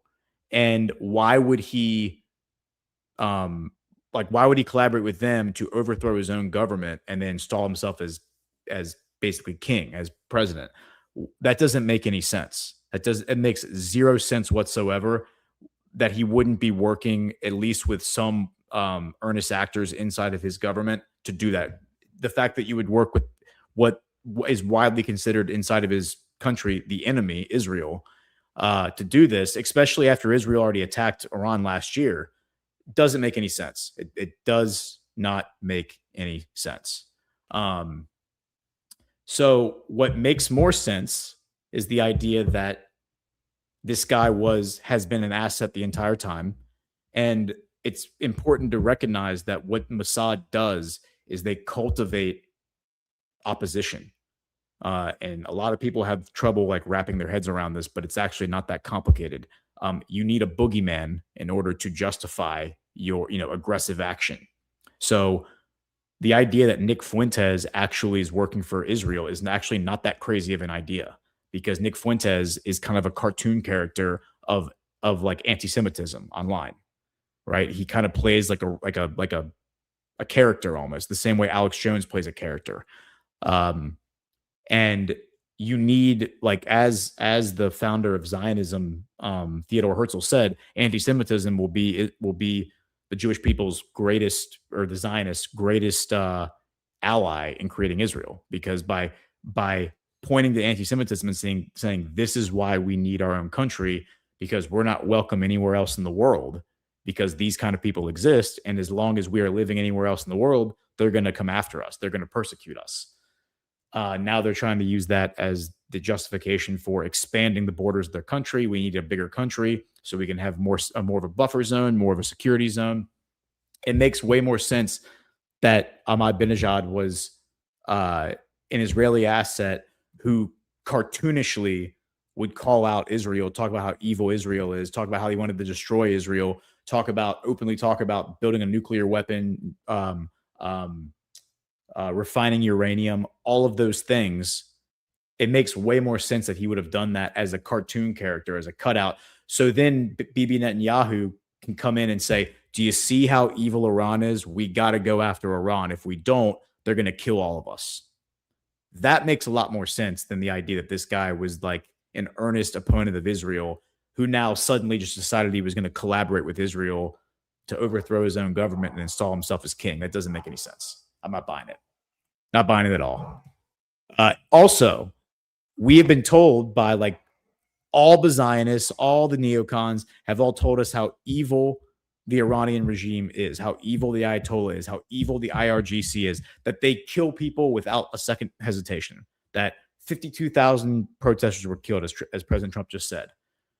If that's the case, why did they keep this guy alive after he was caught running around with Israel and his connections to Israel were like exposed? Like, they didn't just take him out back and end him.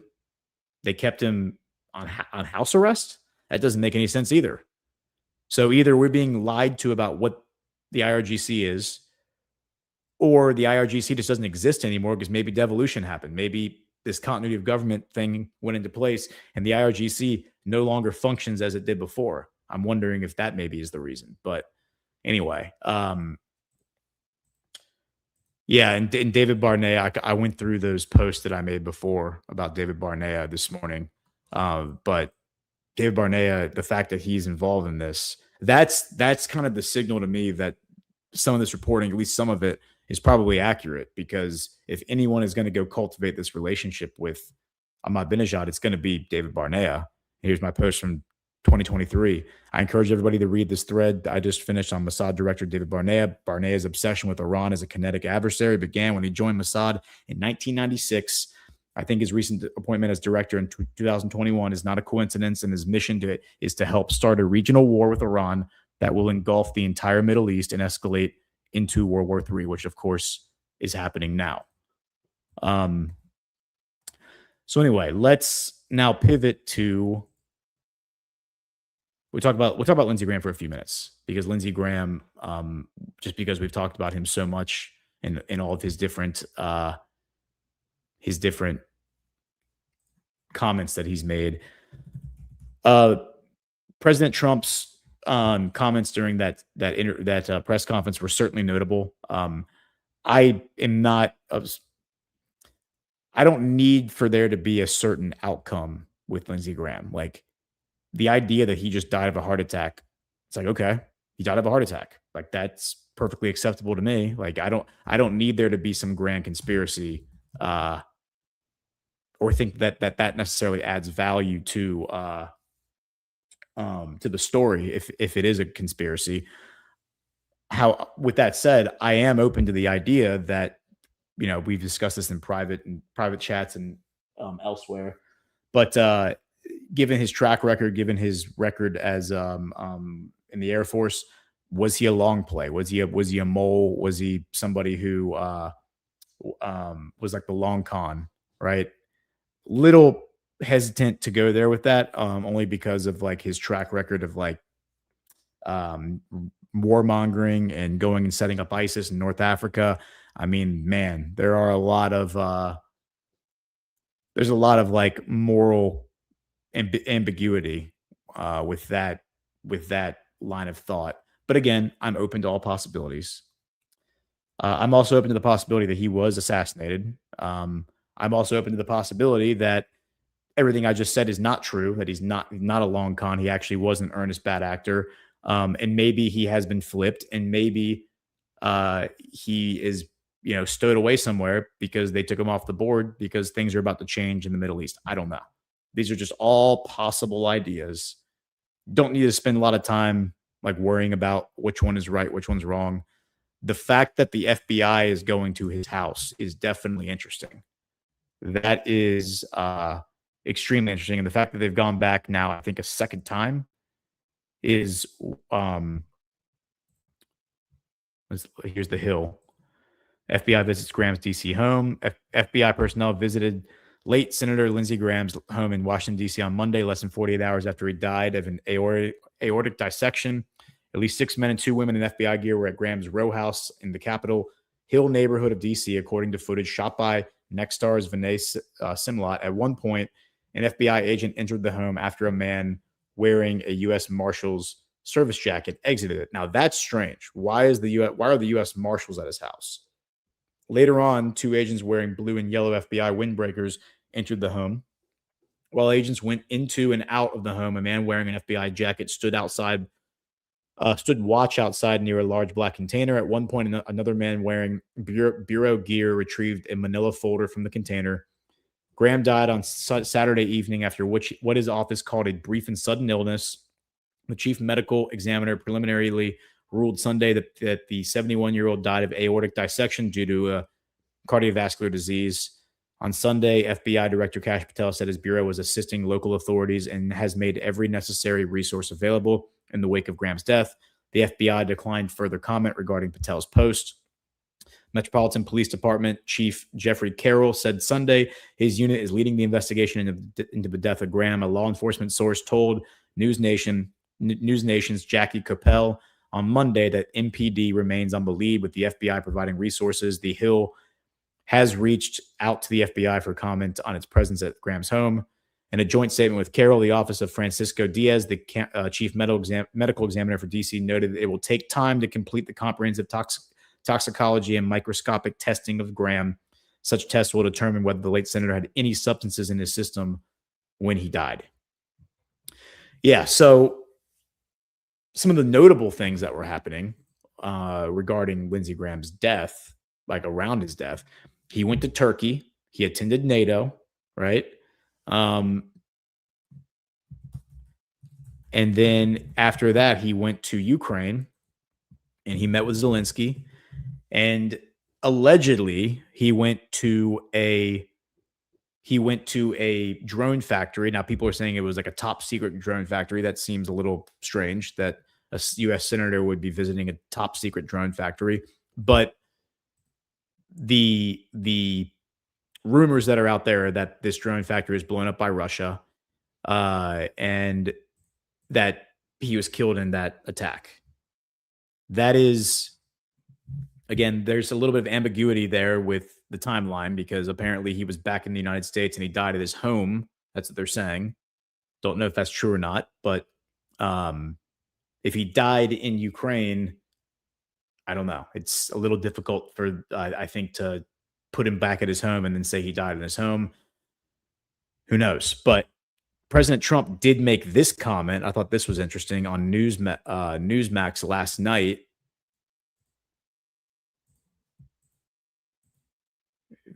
If I can get things to cooperate. All right, here we go. Lindsey Graham once called for Putin to be, taken out. Do you have any suspicions or worries? Do you think we know the whole story about his death? Well, I think we do. We've had great doctors, and they talked about, a certain part of his body literally blew up.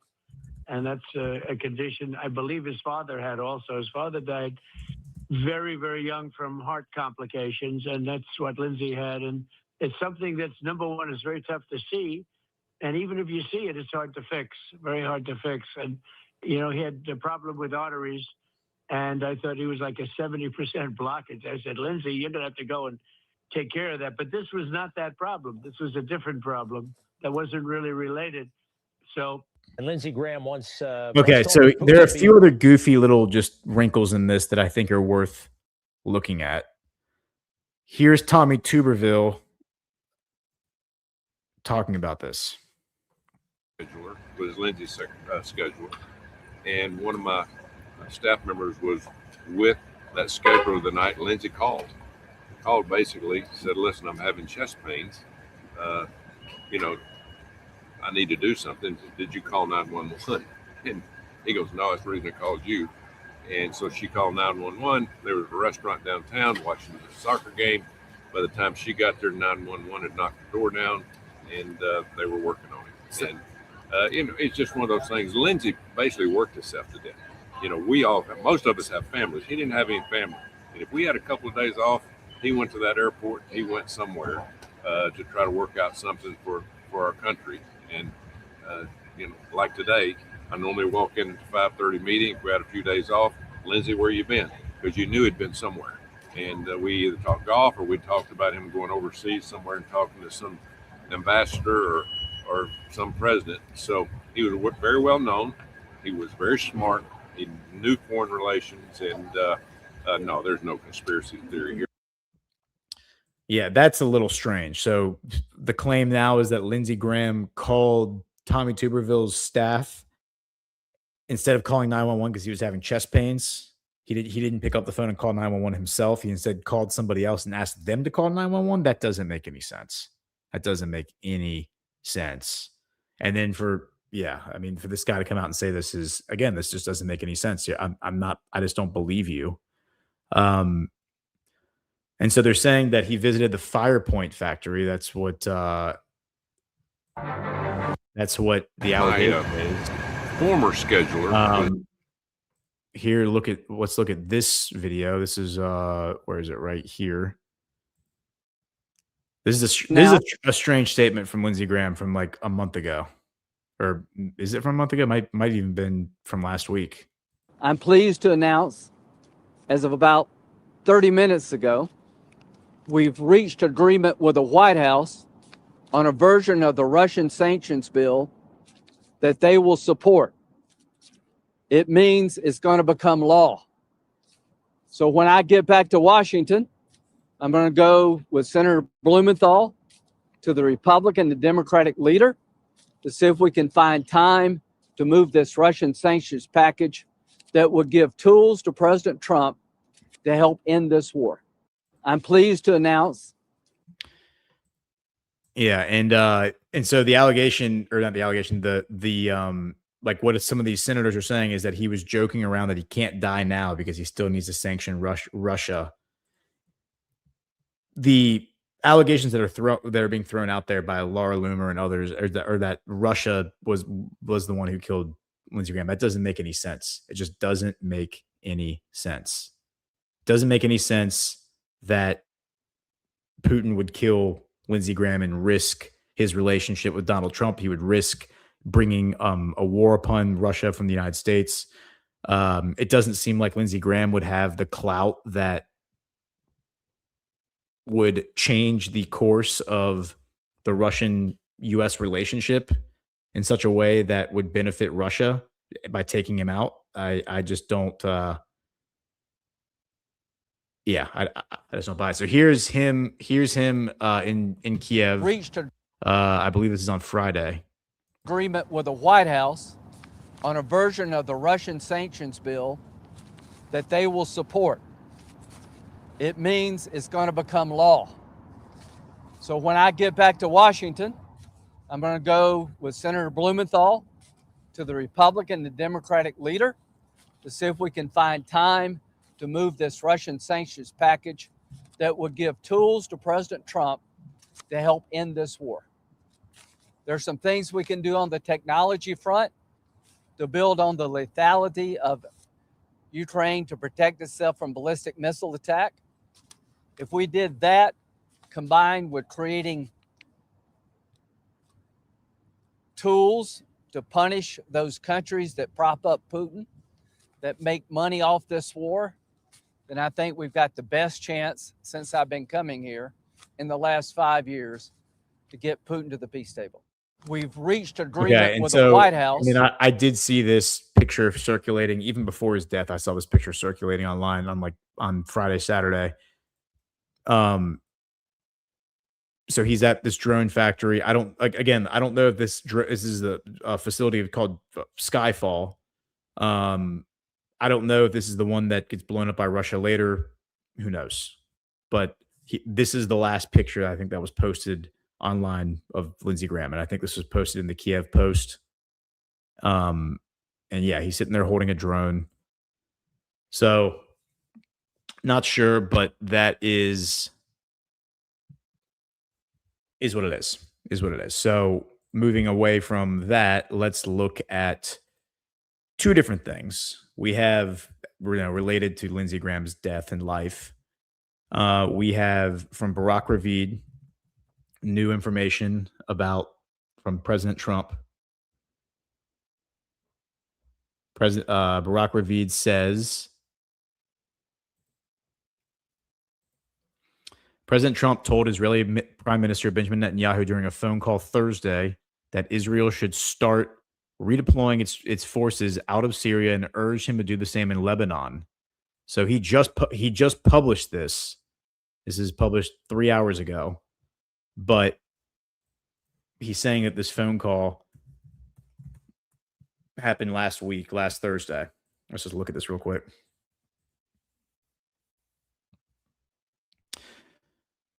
President Trump told Israeli Prime Minister Netanyahu, during a phone call Thursday, that Israel should start redeploying forces out of Syria and urged him to do the same in Lebanon. 3 months ahead of an election that is existential for his political survival and personal freedom, Netanyahu is unlikely to take any significant steps toward withdrawing Israeli forces from territory it occupies in Syria, or to allow further redeployments in Lebanon beyond the one he's already agreed to. But Trump's requests add to growing pressure on the Israeli leader. The IDF currently occupies large parts of southern Lebanon and southern Syria, a presence the government says is needed to prevent another October 7 type of invasion. Senior members of the Israeli government want indefinite control over those areas, and some even push for the establishment of Jewish settlements there. A U.S. official said Trump told Netanyahu that. Oh, wait, I'm sorry. I was not sharing the right tab. Apologies, guys. So here's the article. I'm just reading the article. Let's see. A U.S. official said Trump told Netanyahu that the presence of the Israeli military in Syrian territory creates tensions and could lead to an escalation. Quote, they don't want you there. You should redeploy, Trump told Netanyahu, according to the U.S. official, who added that the same is true about Lebanon. Quote, the prime minister on his part raised the need for security zones along Israel's border. The Israeli prime minister's office said in a statement. The call between Trump and Netanyahu took place a day after a meeting the president had with his Syrian counterpart, Ahmad al-Shara, on the sidelines of the NATO summit in Turkey. The Trump administration has tried for months to reach a new security agreement between Israel and Syria before eventually concluding Netanyahu doesn't want to make the concessions it sought. Those included gradually withdrawing the IDF from the Syrian territory it has occupied since the collapse of the Assad regime in December 2024, U.S. officials say. In recent weeks, there have been several incidents in southern Syria where Syrian citizens protested against the IDF presence and clashed with Israeli soldiers. On Tuesday, U.S. mediators met in Rome with Israeli and Lebanese diplomats to discuss the implementation of the framework agreement that was signed by the countries several weeks ago. There you go. They're meeting in Italy, and Italy is a player here. As part of this agreement, Israel committed to pull its forces out of two pilot zones it is currently occupying in southern Lebanon and allow the Lebanese military to deploy there. The IDF still has yet to redeploy from the two areas. The Lebanese government wants the process to start and has demanded a clear timetable for further withdrawal. Israeli officials say they want the IDF to verify that the pilot zones are clear of Hezbollah weapons and military infrastructure before moving to other zones. The Lebanese say the U.S. military should be the judge of that. I don't know about that. The White House declined to comment, but didn't deny this account. U.S. official told Axios, quote, President Trump has a strong relationship with Prime Minister Netanyahu, and Israel has always been a great ally to the United States. There has been no greater friend to Israel and a fighter for peace than President Trump. Yeah, we've heard that one before. Couple this with another clip I just saw of Netanyahu giving a speech and saying that he's speaking from Dimona.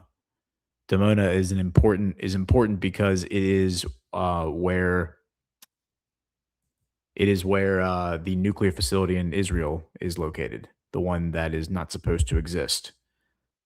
And let's see, where did that one go?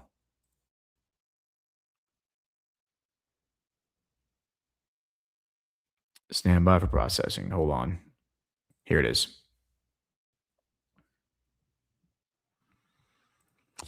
All right. Let's listen to Netanyahu. And I think he's speaking in Hebrew, so we're going to silence him. And we're going to read his subtitles.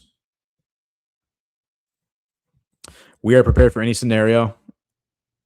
I can tell you only one thing. And I will say this to the leaders of Iran. Do not count on it being quiet. If you attack us, do not count on a rerun, because it will not be a rerun. And that was already powerful enough. This will be a different event, much more powerful. The days when someone hurts us and we do not strike them back twofold are over. We did this to the axis of evil in Iran, and we will continue to do so to anyone who harms us. That is what we do. So people are saying that this is like a threat to use a nuclear weapon. I mean, I think it's a little bit of a stretch. He is giving the speech at Dimona, which is, as it's noted here, near Israel's main nuclear research facility. But you certainly could extrapolate that interpretation from what he said. But you know, a lot of it is just blustering. A lot of it is bravado, I think. Okay, so we will land that there. We have a few minutes left, so let's go pivot to Africa real quick, because I do have a few things on Africa that I wanted to share. Okay, so we talked in the past about Nigeria, and we talked about how there was like a rescue operation months ago to save a bunch of little girls who had been kidnapped and were being trafficked for a couple years, I think. Here is a new story. Abducted school children rescued in Nigeria. 8 suspected militants were arrested during the operation in Oyo State. According to the presidency, Nigerian security forces have rescued dozens of school children and teachers abducted nearly 2 months ago when gunmen attacked 3 schools in the southwest state of Oyo. The West African nation's authorities have confirmed the military, police, and intelligence agencies completed the operation on Friday, during which 8 suspected militants were arrested and an unspecified number were killed, according to Nigerian President Bolo Tinubu. This successful military operation has ended the siege and standoff of over 50 days and has brought relief to the entire nation and the affected families in particular, Tinubu said in a statement. In a separate statement, the Nigerian army said 44 students and teachers had been freed following an intelligence-led operation in the old Oyo National Park and other parts of the country. The military said multiple arrests disrupted the kidnappers' leadership, informant network, hideouts, and supply routes, forcing the group to release the hostages unconditionally. It added that the security personnel suffered casualties during the operation, but did not provide details. Officials previously said 39 children and 7 teachers were abducted from schools in the Ahoro, Isil, and Yawoda communities of Oriri local government area on May 15th. 1 teacher was later reportedly killed in captivity. The gunmen reportedly entered the communities wearing military-styled uniforms and took the captives into the national park, a vast forest reserve extending toward neighboring Kwara State. The federal government had later deployed a special rescue team and approved the recruitment of 1,000 forest guards in Oyo. And so the reason we talked about this a few months ago is because that Boko Haram leader was killed. And he was like one of the highest ranking members of our leaders of ISIS, formerly Boko Haram. So it says right here, Africa's most populous nation has experienced a surge in deadly attacks on military bases, churches, and schools in recent months, prompting the government to declare a state of emergency. The authorities have blamed jihadist groups affiliated with Boko Haram and its splinter faction, Islamic State, Western Africa Province, which is ISIS, for the violence across the Northeast, Northwest, and Central regions. It says in Borno State alone, at least 76 students were abducted by armed groups between mid-May and June. Last month, suspected ISIS militants kidnapped at least 36 students and a staff member from the government day secondary school in Lhasa. On May 15th, armed assailants seized more than 40 students from the primary and junior government day secondary school in the Musa Biri community, according to officials. So the point is they're going around kidnapping kids all over this country. And what makes it significant is this is the most populated country in Africa with the largest economy in Africa. So the fact that it's being targeted is significant. It does have a pretty large Christian population. And the Christian bishops, as we played on this show, have done video interviews where they have said that actually Captain Ibrahim Traore and the Muslim, who's a Muslim, the Muslim soldiers from Burkina Faso have actually been coming into Nigeria over here in the West, like Kebbi, and stopping ISIS, and he said that the local police and the local military and the local government won't help, that they're basically just allowing this all to happen. There's definitely some bad elements in Nigeria, and I think there's a power struggle there of sorts. So on that same note, we get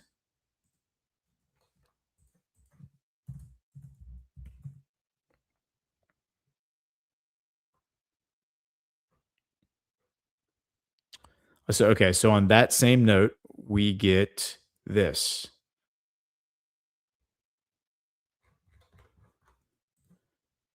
Deadly attacks in central Nigeria. The authorities have blamed suspected armed herdsmen for the violence in two communities in the Benue state. At least 8 people have been killed and 5 injured after gunmen opened fire on residents following a funeral in Nigeria's Benue state, police and local officials have said. So yeah, this is just like the destabilization of the largest country with the biggest economy in Africa.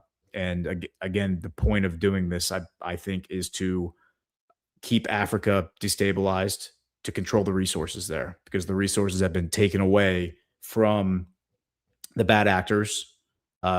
Started with President Trump in 2017 with his executive order 13818. And that effort is ongoing and continuing. And it's very clear that a lot of the money that the State Department and Congress is sending to Ukraine and probably the Middle East is being diverted to Africa to fund ISIS. Certainly, Ukrainian weaponry is being found among these ISIS fighters when they're engaging in battles. They're Ukrainian drones, Ukrainian weapons. It's pretty suspect. I believe there's also been Israeli weapons found in the Congo that the Congo militants are using. And that would be the M23 group and ISIS, who are both operating in Congo. And I guess we'll kind of bring this all back to Ukraine, might as well, to end the show. We discussed, we kind of hit these stories on Badlands Daily, but let's just get back to them again.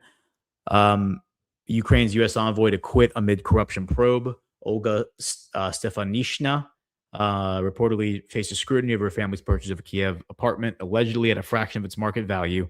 But TLDR is that they bought a 100 square meter apartment in the fall of 2022 for just 3.4 million hryvnias. I think that's, it's around 83,000 US.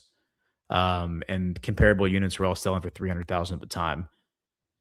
So she was, this is some form of corruption. And so now they're investigating her and she quits. That seems pretty significant. We did talk about this morning the bombing in Monaco. There was a bombing in Monaco. I believe it was on It was sometime in the past 2 weeks. There was a bombing in Monaco at a residential building. Former Ukrainian oligarch or millionaire who lives there. I guess it was last week. It was the end of June. So this story is from July 1st. And there was a backpack bomb left outside of the front door by the sidewalk. The backpack bomb goes off.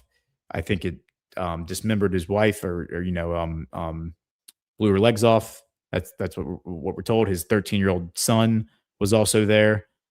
He was injured. The oligarch was injured.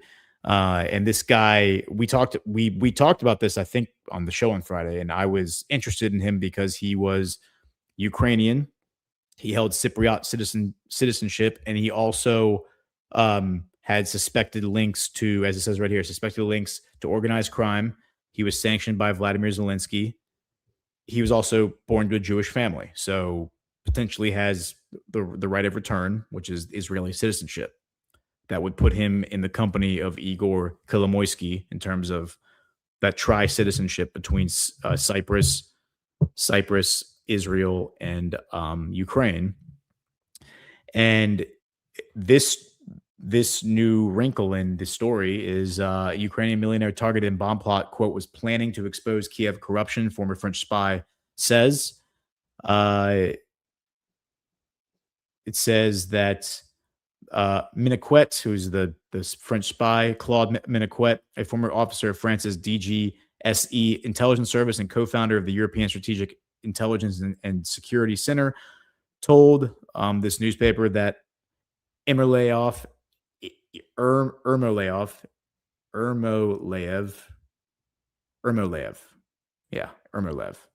had in recent weeks been planning to give a presentation at the European Parliament to expose corruption in Ukraine. Quote, it is possible this was taken as a provocation, Miniquet said, describing it as one of several possible explanations for the bombing, including a potential hit ordered by shady business rivals. French media also pointed to Ermolev's business conflicts and the alleged involvement of his eldest son in a fraudulent call center scheme as possible lines of inquiry. Le Figaro reported earlier this week, citing sources close to the case, that investigators were focusing on the possibility that the attack was orchestrated by the SBU, the Security Service of Ukraine. According to scarce details of the investigation, the suspect placed a bag near the entrance of the building shortly before 9 p.m., sat on a nearby bench, and waited for Ermolev, his partner and child, to arrive. The man reportedly fled up a nearby street toward the French border, and the explosion was triggered moments later. Le Parisien reported that investigators believe the device was activated by the suspect. CCTV footage shows him fiddling with a smartphone as he ran away. The Monaco authorities initially treated the incident as a potential terrorist attack, but eventually opened a criminal case on suspicion of attempted assassination. The suspect has not been arrested and remains at large more than 52 hours later. So this was, again, July 1st. And this is where it develops. It develops to this: Ukrainian suspect in Monaco bomb attack found dead. A Ukrainian woman identified by Interpol as the main suspect in last week's bomb attack. So originally, I think they identified her as a man, but she's actually a woman. They misgendered her. And she was identified by Interpol as the main suspect in last week's bombing attack. Anastasia Berezovskaya, 39, was placed on an international wanted list on suspicion of planning the explosion device that recently injured the Ukrainian-born businessman. And we may have talked about this on Friday. I do a bunch of different shows with different people, so I kind of blends together what topics I'm covering. I kind of have to remember, all right, what day of the week was it? When did the story come out? But the CIA reportedly invested, as it says here, millions of dollars following the 2015 armed coup in Kiev to rebuild the HUR from scratch, overhaul the SBU, and turn them into intelligence agencies focused on Russia. And so this woman does this, and then she's found dead. Her body, let's see, when confronted, the HUR operative confessed that he and his partner murdered Berezovskaya. Her body with multiple gunshot wounds to the head and shell casings were discovered at the location one of the alleged killers revealed. And these two men, one was a former law enforcement officer, and one was a serving officer of the Ukrainian Military Intelligence Agency, HUR. Both had made crypto payments to the woman's account, which made them suspects in the Monaco bombing. So basically, they paid her to do this bombing, and then they killed her, trying to tie up loose ends, and they were just very sloppy about it. And that actually brings us to the final thing I'll share. If I can, I'm probably not going to be able to find the tab, but I think I saved a picture of it, so we can just look at the picture.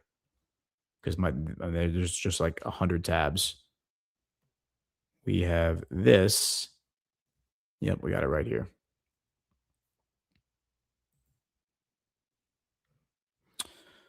Open with Brave browser. Okay, so this is from an account called Young Turk Cyprus, and it has a video. And maybe since I have this guy's account, I can just go pull it. Young Turk. Yeah, here it is. Young Turk Cyprus. And so he says, he's got a lot of posts.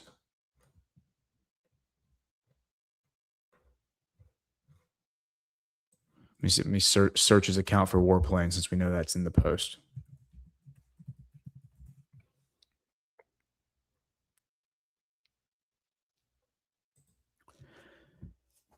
So he says, Greek F-16 fighters stationed in the south have been filmed flying low over the coast to land at an airbase, with tourists reportedly left unsettled by the noise in the site. This is the reality of Christodoulides administration's choices. Under his leadership, South Cyprus has been turned into a military hub for foreign powers. Greek jets, French bases, Israeli weapons, and foreign troops on an island that markets itself as a peaceful holiday destination. It is no surprise that the South is now suffering its sharpest tourism downturn in years, with revenues and arrivals down by around a third, and some reports putting the fall as high as 40%. You cannot fill an island with warplanes and foreign soldiers and expect the tourists to keep coming. So these are just people on the ground in Cyprus reporting that there are Greek planes, French planes, or French bases, French military bases, Israeli weapons, and foreign troops on the island. And again, like, might see something pop off here between Turkey and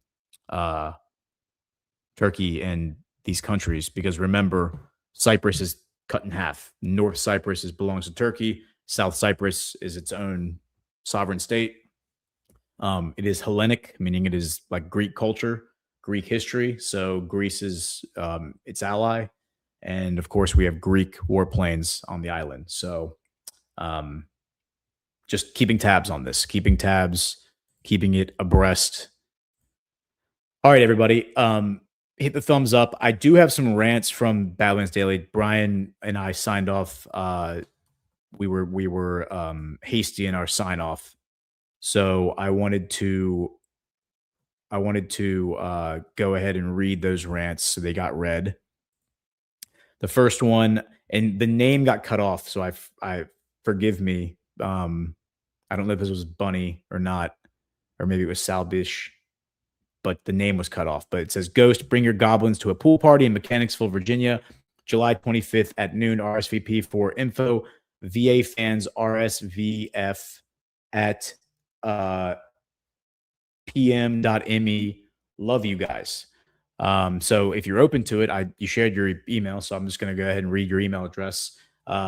Shoot them an email if you're in the area, Mechanicsville, Virginia. I'll see if I can make it June 25th. But yeah, we'll be in touch and let you know about that. Is that a Saturday? That is next Saturday. Next Saturday. I think I'm going out of town on the 27th, so may or may not be able to make the 25th, but we'll see. Salbish, am I saying that right? Salbish. Ghost, when you get back from the pool party, come to our huge multi-state meetup in Maryland on August 29th. One of your friends might be there, and eggnog can be arranged for you. SW Girl MD at Yahoo, all welcome. So there's another one. If you're in Maryland, send an email to swgirlmd.yahoo. And I definitely encourage y'all to keep having these meetups. And the meetups are great. I think getting face-to-face with people is really helpful. The third and final rant from this morning's show, Smay60S, with what Ghost is saying.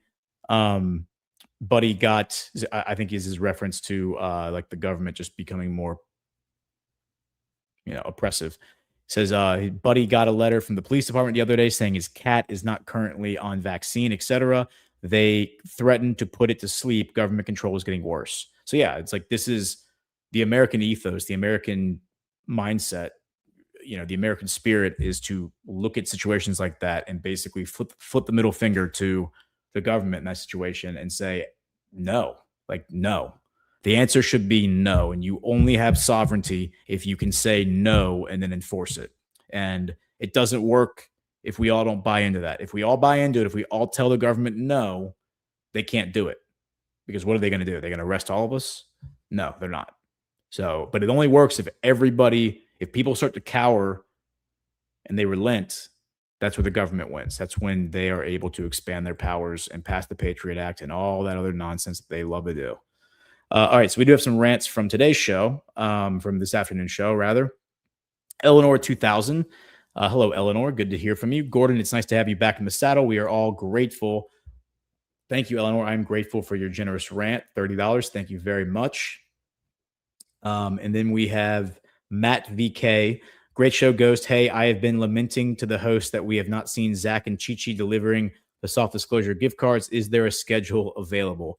Yeah, I think there is, but you're going to have to reach out to Zach to get that schedule.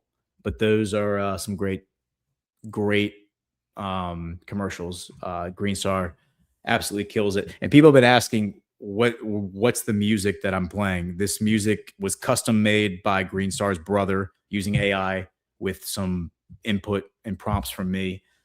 He did a great job. He crushed it. So the music is great. I have a few other songs that maybe I'll cycle into the rotation. But yeah, with that said, let's go ahead and get out of here. We will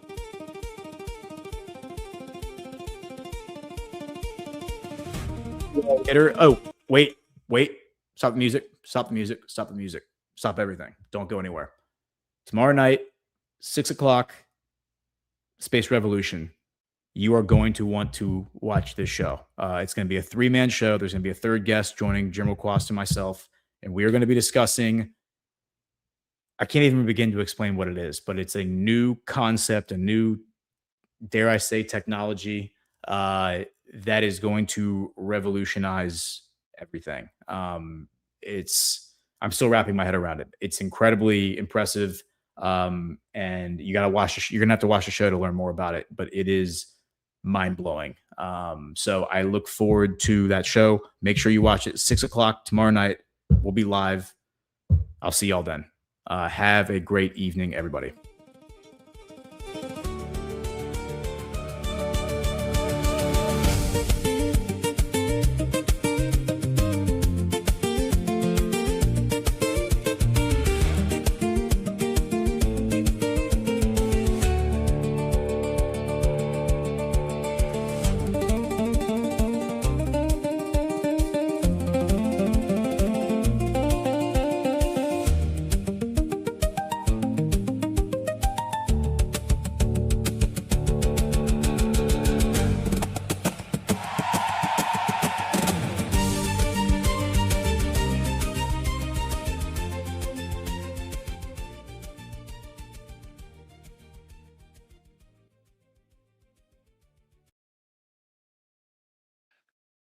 Thank you so much for joining us, and don't forget to hit the thumbs up on this video. And a special thank you to all of our advertising partners. Please remember to shift your dollars to support those businesses that support Badlands Media.